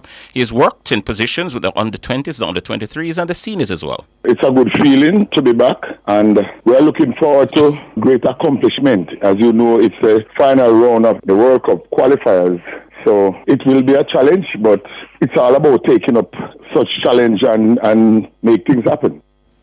Wall successfully guided Jamaica into the final round of the CONCACAF Under-20 World Cup qualifying during the recent Caribbean tournament in St. Kitts. The young reggae boys will go into the CONCACAF Championship final round qualifiers in June in Mexico. They've done well in the first phase of the competition, and as you all know, the real competition now is the final stage with the big boys. One of the most important things, going forward is to get them to understand this international level, and it's about minimizing your mistakes, because most of these players who are playing for their countries are professional players, and they have had a lot of playing time at the top flight. So it will be a challenge, but I'm looking forward to it. That's Jerome Waite, the newly installed under-20 national football team coach. And Arnett Gardens, they dismissed relegation-bound Limehall Academy 3-0 in the Ray and Nephew Jamaica Premier League on Monday at the Tony Spaulding Complex. A Marlon Buckley-owned goal gave Arnett the lead after 52 minutes. Kaheem Dixon added a second 2 minutes later before Jaheim Thomas supplied the third on minute 86. The win lifted the former champions up to 42 points, the same as third-place Tivoli Gardens and Portmore, but they remain fifth on goal difference. And Group B leaders Garvey Maceo and second-place Old Harbour High will meet in a top-of-the-table clash in the Issa Tip Friendly Soccer competition today. Garvey and Old Harbour lock horns at the Ministry of Health Region 6 field, and it's set to kick off at 3. In other games today, Christiana will take on Glenmuir. Alphonsus Davis will take on Homewood Central, who will travel to Folger Road. Eltham will be in Kemshill. BB Cook hosting St. Elizabeth Technical High. That's a clash of St. Elizabeth teams. Hampton will entertain Lacovia. Yeah, that's one. Should be interesting. Hampton. No. Green Pond will welcome York Castle. Meanwhile, Excelsior, they hammered Mulgrove by 24 goals to nil yesterday. In other results, Arden High beat Immaculate 2-0. Neighbours Tats and Denham Town drew 2-2. And Mile Gully held Bishop Gibson to goalless draw. Now, after 4 rounds, Jamaica lead the CG United Women's Super 50 Cup points table. They've got 24 points. The champions Barbados, they're second with 14. Guyana 13. The Windwards there of 10 points. The Leewards fifth with 2. Trinidad and Tobago at the foot of the table. They are yet to score a victory. The Jamaicans are the only undefeated team in the 16th tournament, and following their 3-wicket win over the Windwards yesterday. That's the latest victory. Veteran cricket commentator Joseph Retz Pereira says the women's winning streak should serve to revive interests in the local sport. Well, it's just what Jamaica cricket needed. Success, a winning team, and they certainly had one in the regional ladies competition. They need to build on that. One of the things I suggested to the West Indies board, that all senior clubs have a ladies team. And if we can apply that to Jamaica, you can see the numbers will triple, as Roland Butcher is doing in Barbados. And Pereira also welcomed news that Brandon King has replaced Jermaine Blackwood as the Jamaica team captain for the Scorpions games in the regional West Indies 4-day tournament. The new captain must be given every chance. Brandon King has the ability to energize the Jamaica batting. He needs support from Blackwood, etc. We must remember that King came out of the red ball game, and I think that he'll be looking to get some cricket under his belt. And if Jamaica can put real runs on the board, they can win matches in the remaining rounds.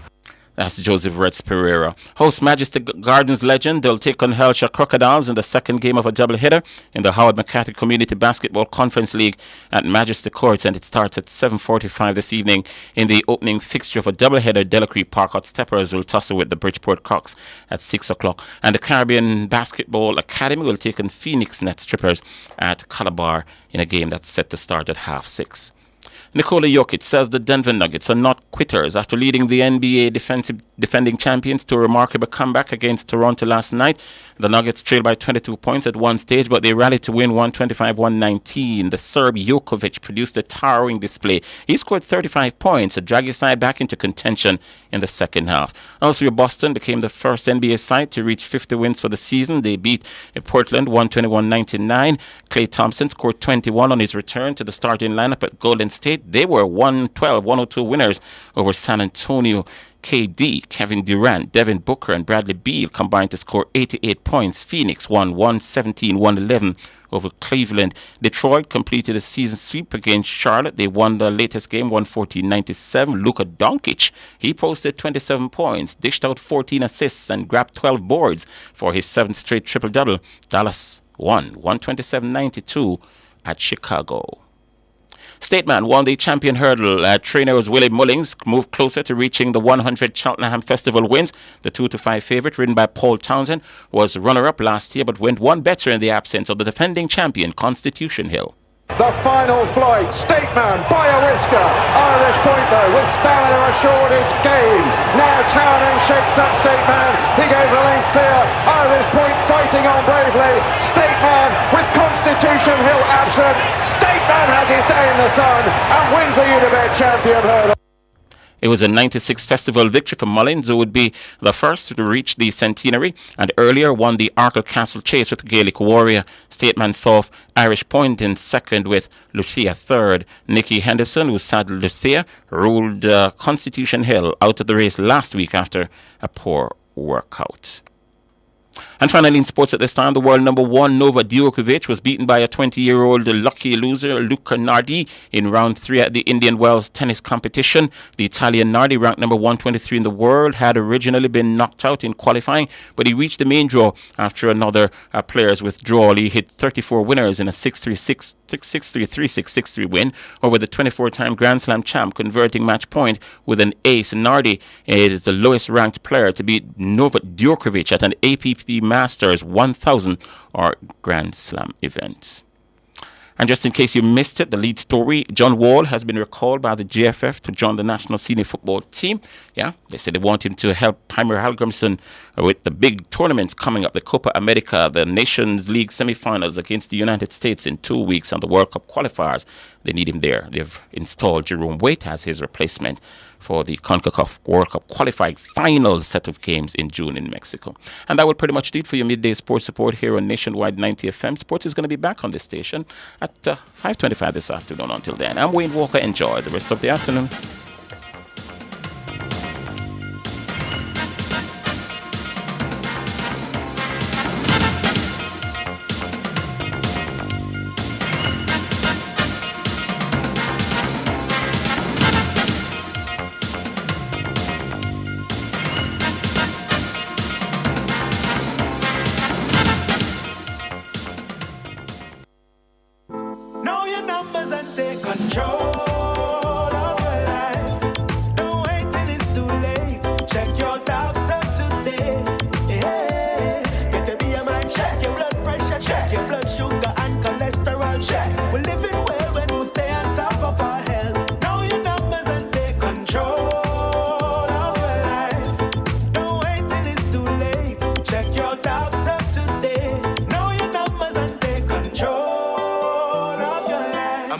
From the Ministry of Health and Wellness.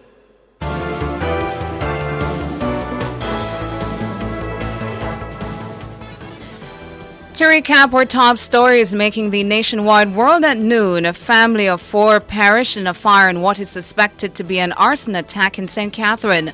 Police urges in-drive taxi operators to exercise heightened caution in light of recent incidents involving some of their colleagues. Latest data reveals nearly 4,000 people have died from COVID-19 in Jamaica since the virus surfaced. CARICOM chairman urges Haiti to give the agreement coming out of their regional leaders summit on Monday a chance to work. I'm Tona Thomas. You can find the news on our website at nationwideradiojm.com and on the Nationwide app available on Google Play and the App Store. Major news next at 5.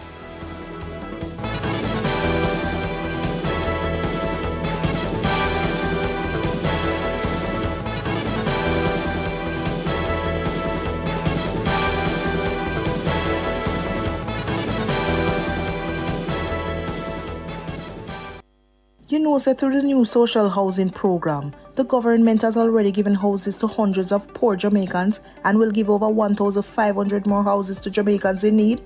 We are building Jamaica. The time by the Office of the Prime Minister is 12:29.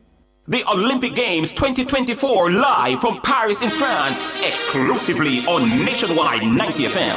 The Jamaican star shines bright once again. Live here halfway through in Olympic finals.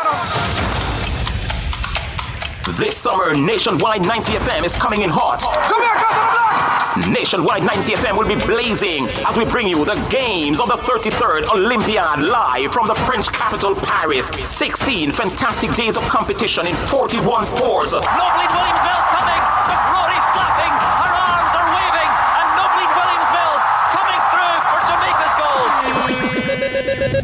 The station will bring you analysis and live coverage from the opening day of competition, Friday, July 26th to the very last day of action on Sunday, August 11th. And some parchment, let's go! Oh, what a run! Everything and anything Paris Olympic Games 2024 can be heard right here on Nationwide 90 FM. It is a glittering goal for Sharika Jackson, and how they will celebrate that back in Jamaica. We'll capture the spirit of athleticism. We'll narrate the Olympic fever, define thrilling moments, and report on the blood, sweat, and tears of the world's greatest athletes. Nationwide 90 FM is going to the Paris Olympic Games, and we're taking you with us. Tune into Nationwide 90.3, 90.5, 90.7, and 90.9 for live updates and commentary. We'll be giving the listeners a front row seat to witness excitement, triumph, and memories. And I think it was a clean sweep for the Jamaicans.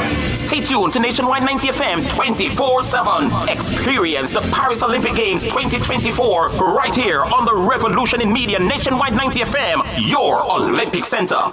Exclusively on Nationwide 90 FM. Tune in to Nationwide 90 FM, the new revolution in media. Stay ahead of the curve with our cutting-edge reporting and accurate breaking news coverage. We're having an earthquake. Oh, God. Hear it here first on Nationwide 90 FM. Is that really Clliff you started? Tune in, turn up the volume, and listen. We bring a mix of news, entertainment, and sports to your lives. Nationwide 90 FM's live and continuous coverage of the World Championships in Budapest, Hungary. News and discussions week mornings. Coming up in the news at 6 for this morning. Entertainment in the afternoons, then news again in the evenings. Nationwide news at this hour, fired.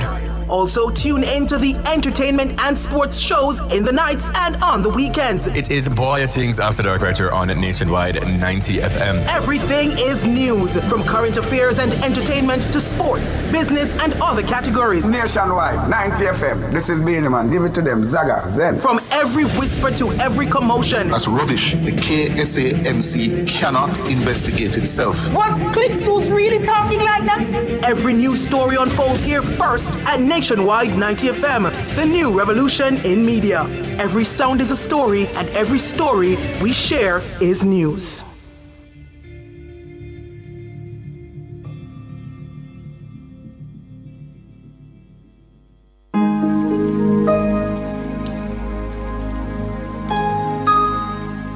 Hi there. Here's some good news for these trying times. Quote, "By God's word, I can see where I'm going. They throw a beam of light on my dark path." Unquote. Psalm 119, verse 105. Listen for God's word weekdays at 5:45 a.m. and 12:55 p.m. through Oasis. Stop by for a refreshing drink and share a God perspective for the day. Oasis, weekdays 5:45 a.m. and 12:55 p.m. right here on Nationwide, a revolution in media. The rebroadcast of the Oasis can be heard weekdays at 5:45 a.m. The Oasis is brought to you by Solar Tech Jamaica. We use the gift of the sun to power our world.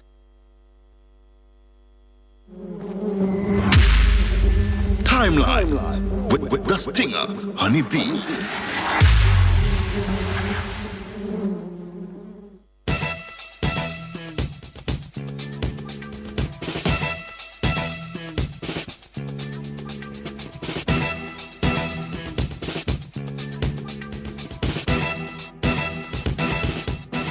Good afternoon, good afternoon. Thank you so much for joining us and staying with us. Yes, she's here. She's in the house. Honeybee. Yes, because of you, I'm here. Yes. Good afternoon to you. Work beckons. Yes, and I responded to the call. Very well.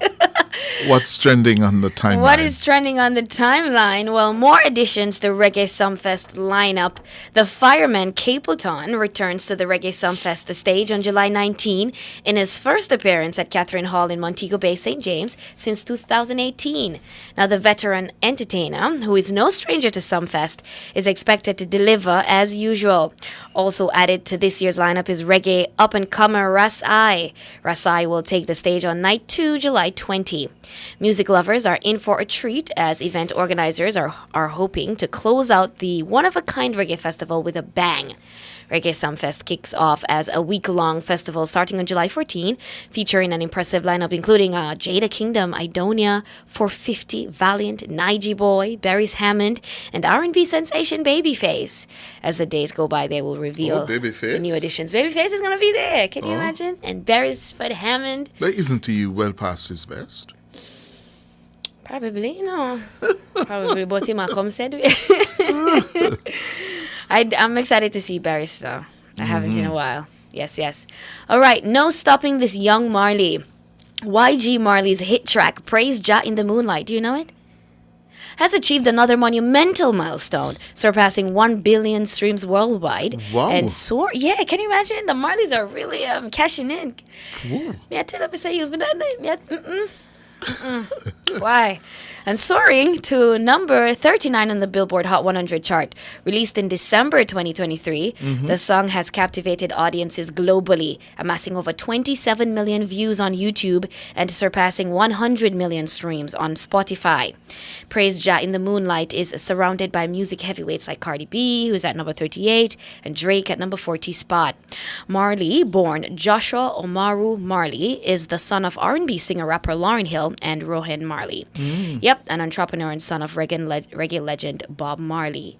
Now, the song opens with a vocal sample from Bob and the Wailers' 1978 track Crisis, and it explores themes of love, spirituality, and resilience in the face of challenges. Now, in case you missed it, Lauryn Hill made a triumphant return to Jamaica over the weekend, marking her first performance in the country in more than 10 years. Oh. Yeah, and sharing the stage with her son, YG Marley. We have a snippet of the performance here, courtesy of @Jakeem.tlc. TLS.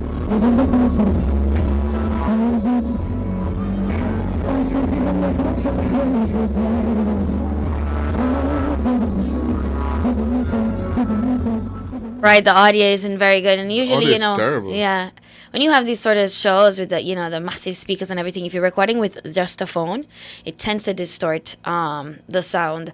But if you're watching on YouTube, you can see her there on stage, and that's YG in the background smiling.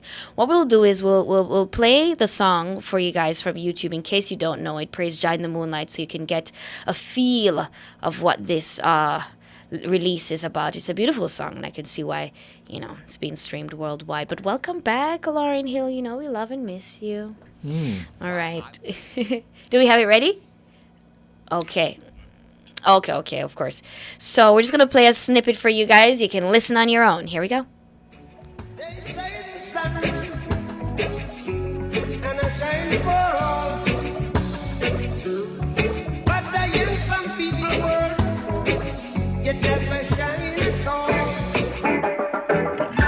These roads of flames are catching a fire. Showed you I love you, you call me a liar. Oh no. Oh my gosh. Mr. Hughes, Bob will be chanting on Babylon to his children and his grandchildren for a very long time to come. Very, very long time. All right. But it's a good song, right? It's very good cadence. I like it, very smooth. I like his voice. All right, moving on. Apologies for the confusion. Your favorite family, Mr. Hughes. No, sir. Yesterday, Kensington Palace said that Kate, the Princess of Wales, had edited a family photo that was released this Sunday and apologized for any confusion. The image was pulled by multiple news agencies news agencies rather, over its apparent manipulation. Now, Kate, she recently had a surgery. Yeah. And she's in recovery, and the family did say it would take a couple months, but then they went ahead and released this picture on Mother's Day in the UK yesterday, and Kate would have tried fake it. yes, 'cause, I mean, they do say you gotta fake it till you make it. But if you're watching on YouTube, you can see the picture here that was apparently photoshopped. But I mean, I don't know it. And she's claiming that, you know, as an amateur photographer, you know, you'll play around with the apps and whatnot. But listen, this looks like high profile editing, okay? This is not the sort of thing you just get up and be like, let me move a finger here or there. Who does that? Yeah. I don't know. I hope that she is well, though. You know. Yeah. I what hope it's she worth. is recovering well after the surgery. Yes. Because the internet is just going wild with all kinds this, of rumors. One thing for sure, they do love the royal family, yeah? Oh, yes. And just love to spin all sort of tales about them. I mean, she's But what was she attempting to do? What's the portray that she's well, I suppose, that everything is fine. Which would tell you that probably not everything is well. Exactly. Yeah. Man, I don't know. I guess I suppose we live in a world where we feel like we need to keep up appearances. Oh, yeah. The world of social media, the era of social media. Gosh. It's all about faking it. Talking about faking it, I found this video on my timeline of Michael Jackson over the years. Now, brace yourself, all right? It was posted by the artist Tyrese, and he said, I have no idea who created this, but this is wild, because if you are 35 plus years old, it seemed like we all witnessed the evolution right before our eyes. Yes. And yet nothing mattered because we all loved him so much. Thank you for changing our world, Michael Jackson. So let's take a look here at MJ over the years, from a boy to the man. She told me her name was Billie Jean as she crossed the scene. Then heavy hair turned with the eyes to dream of being the one who would dance on the floor and around. People always told me, be careful what you do. Don't go around breaking young girls' hearts. And mother always told me, be careful who you love. Be careful what you do. After the lie becomes the truth. Billie Jean's not my love. She just said, girl, that I am the one. But the kid is not my son. She says I am the one, but the kid is not my son. Yes. Oh, no. I know, right? Look at that. Like it's you listen. The eye job, the nose job, the lips, yeah, the jawbones, everything done. Everything, Mr. Hughes, to the point where you know it just nothing else couldn't do. Yeah, that's the point of no return when things started to fall apart. My gosh, man, me I tell you. Oh boy, sad. It is incredibly sad because Michael was gorgeous, but you see, Mr. Hughes, it's so important in your formative years because you just grew up feeling ugly, and he was never ugly. So what your nose look a bit big, you get more oxygen. Yeah, I remember they came to Jamaica. That would have been 1978 or 77. We were at Excelsior. Yeah, we would have been about third or fourth form. And the Jackson brothers came to play a basketball exhibition match. And that was my first face-to-face look at stardom and what it did to people. Yeah. I remember the girls at Excelsior going absolutely wild. It's a frenzy. The towel where them use every single piece of garment. Yes. Yeah, was like finding diamond or gold. Oh my gosh, they went berserk. Never forget it. They came to Jamaica. It was 77. We were in either third or fourth form. Yeah, yeah. And the girl for weeks leading up to when they came and after, yeah, boy, Pandemonium. But and then after that they and got Michael bigger. was the big lead. attraction. Yeah. And then can you imagine moving from that to become even a bigger star than that? You couldn't come back to Jamaica? No. Where did I go? No, because he wasn't. They were getting there, but they weren't there yet. They weren't there yet. Yeah. You know. Man, that level of fame, it really does do something to you. Mm-hmm. And Lionsgate is actually working on a biopic for Of Michael. him? Yes, it's called Michael. And it's set to be released on April 18, 2025. Yeah. Yeah. And apparently the family approved it. And they are going to address the sexual allegations against him. But apparently they're going to eradicate them. So they're going to show it in a way to disprove. You understand? That this is not what happened. Michael is not that. You know, so yeah. Well. That's going to be something when it comes out. Yeah. Yes. Thank you very much, Honeybee. You're welcome. Thank you for having me. You're welcome. Go enjoy the rest of the afternoon. All right. After the break, your calls.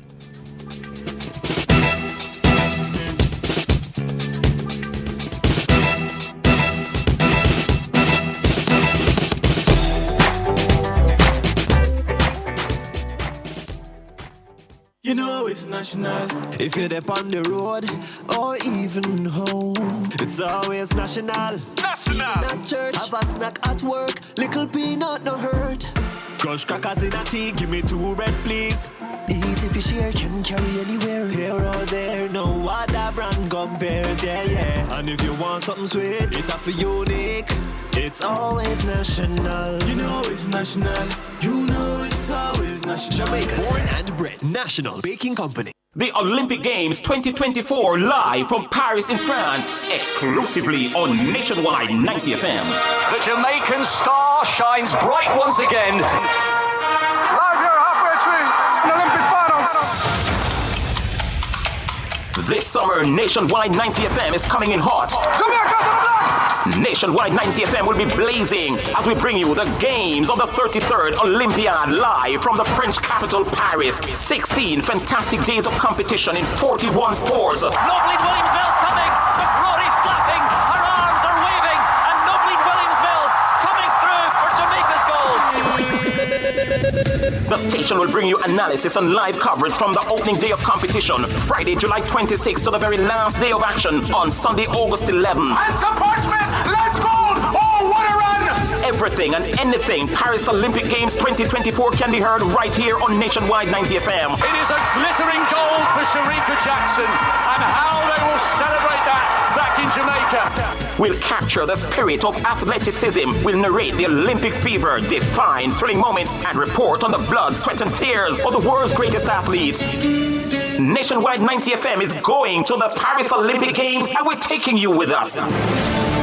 Tune into Nationwide 90.3, 90.5, 90.7, and 90.9 for live updates and commentary. We'll be giving the listeners a front row seat to witness excitement, triumph, and memories. And I think it was a clean sweep for the Jamaicans. Stay tuned to Nationwide 90 FM 24/7. Experience the Paris Olympic Games 2024 right here on the Revolution in Media Nationwide 90 FM, your Olympic Center. Exclusively on Nationwide 90 FM. Our phone numbers are 630-9371, 630-9372, 630-9373, 630-9374, and 618-8255. My hands were steady, my eyes were clear and bright. My walk 12 minutes going up to 1 o'clock.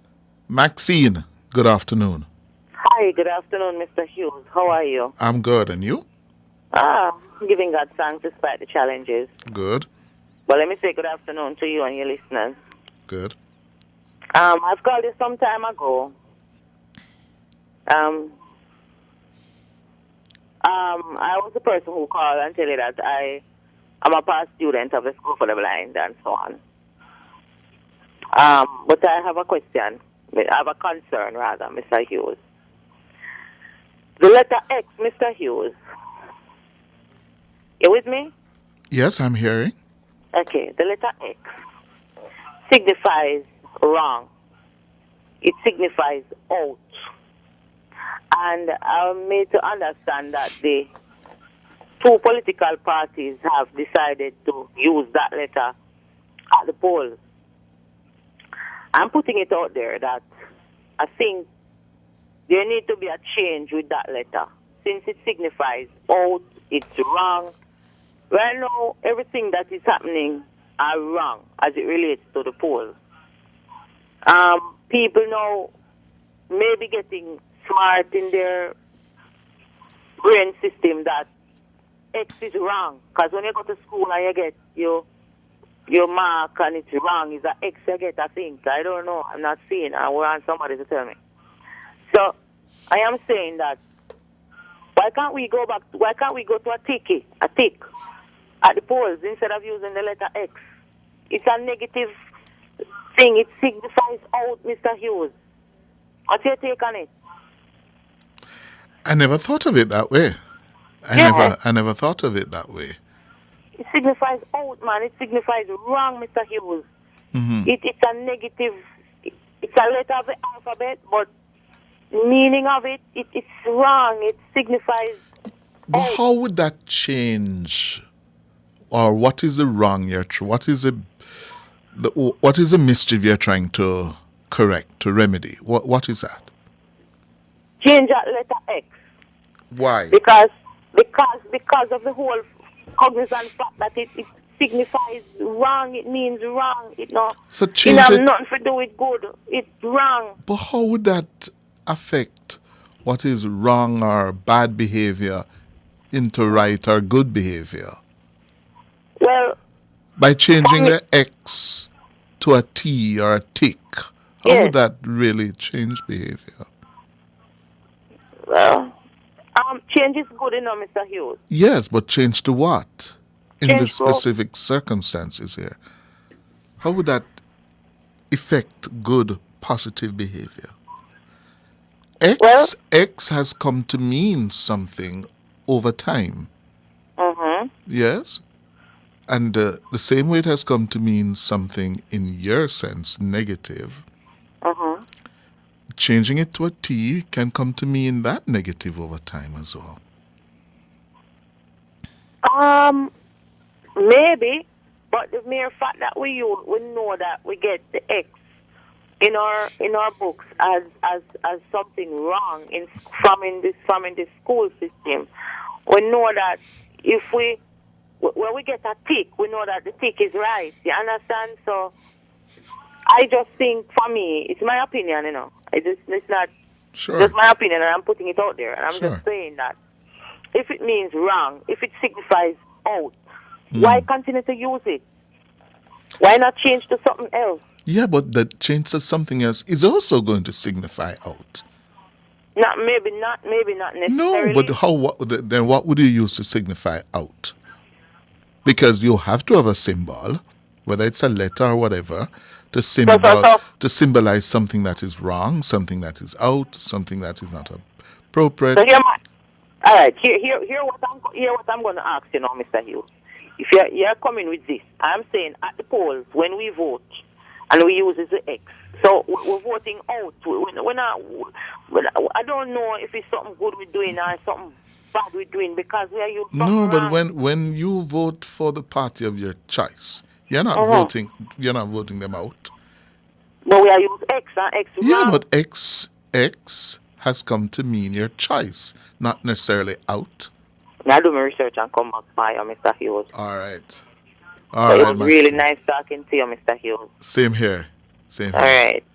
Well, speaking of the political parties, a whole lot of activities going on downtown at the Kingston and St. Andrew Municipal Corporation's offices.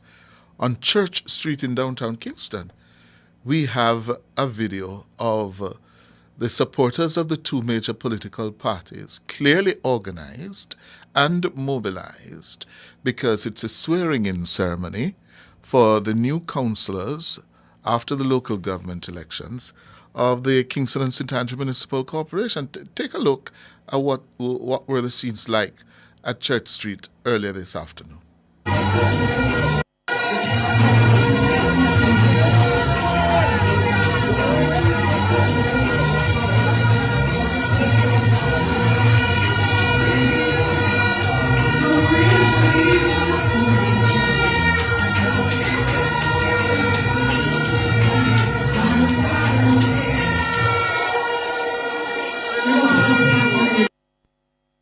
So you see them there, hundreds of green-clad and green-clad JLP supporters and orange-clad PNP supporters coming to show their support for their councillors about to be sworn in about now at the Kingston and St. Andrew Municipal Corporation's offices on Church Street in Kingston. Yes. Well. That's how we're going to leave it this afternoon. We want to say thanks to all of our callers, our YouTubers, our WhatsAppers, our tweeps. Thank you so much. To our producer, Norgay Banton, our technical operator, Sir Damien, the pilot. And we're going to make way now for Oasis with Lloyd Gale. And don't forget at 2 this afternoon, the opening of the budget presentation by the Finance Minister, Dr. Nigel Clark. You've just heard Clliff Hughes Online on Nationwide 90 FM. Join Clliff Monday to Thursdays between 10 a.m. and 1 p.m. for Clliff Hughes Online. Like a rock.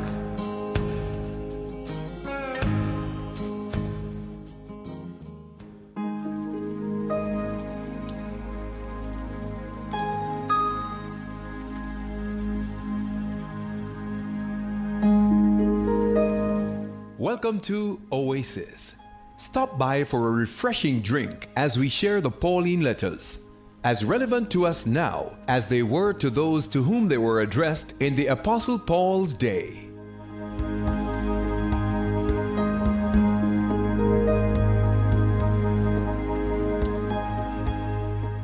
Hi, I'm Lloyd Gale. Thanks for joining me. How straight a talker are you? Do you tell it as it is? Well, the Apostle Paul does. We see it here in his frank sharing with the Corinthian brethren. He wants to spare them an embarrassingly painful position, so he declares, I know that you stand by your own faith, not by ours. He continues, that's why I decided not to make another visit that could only be painful to both of us. If by merely showing up, I would put you in an embarrassingly painful position, how would you then be free to cheer and refresh me? That was my reason for writing a letter instead of coming, so I wouldn't have to spend a miserable time disappointing the very friends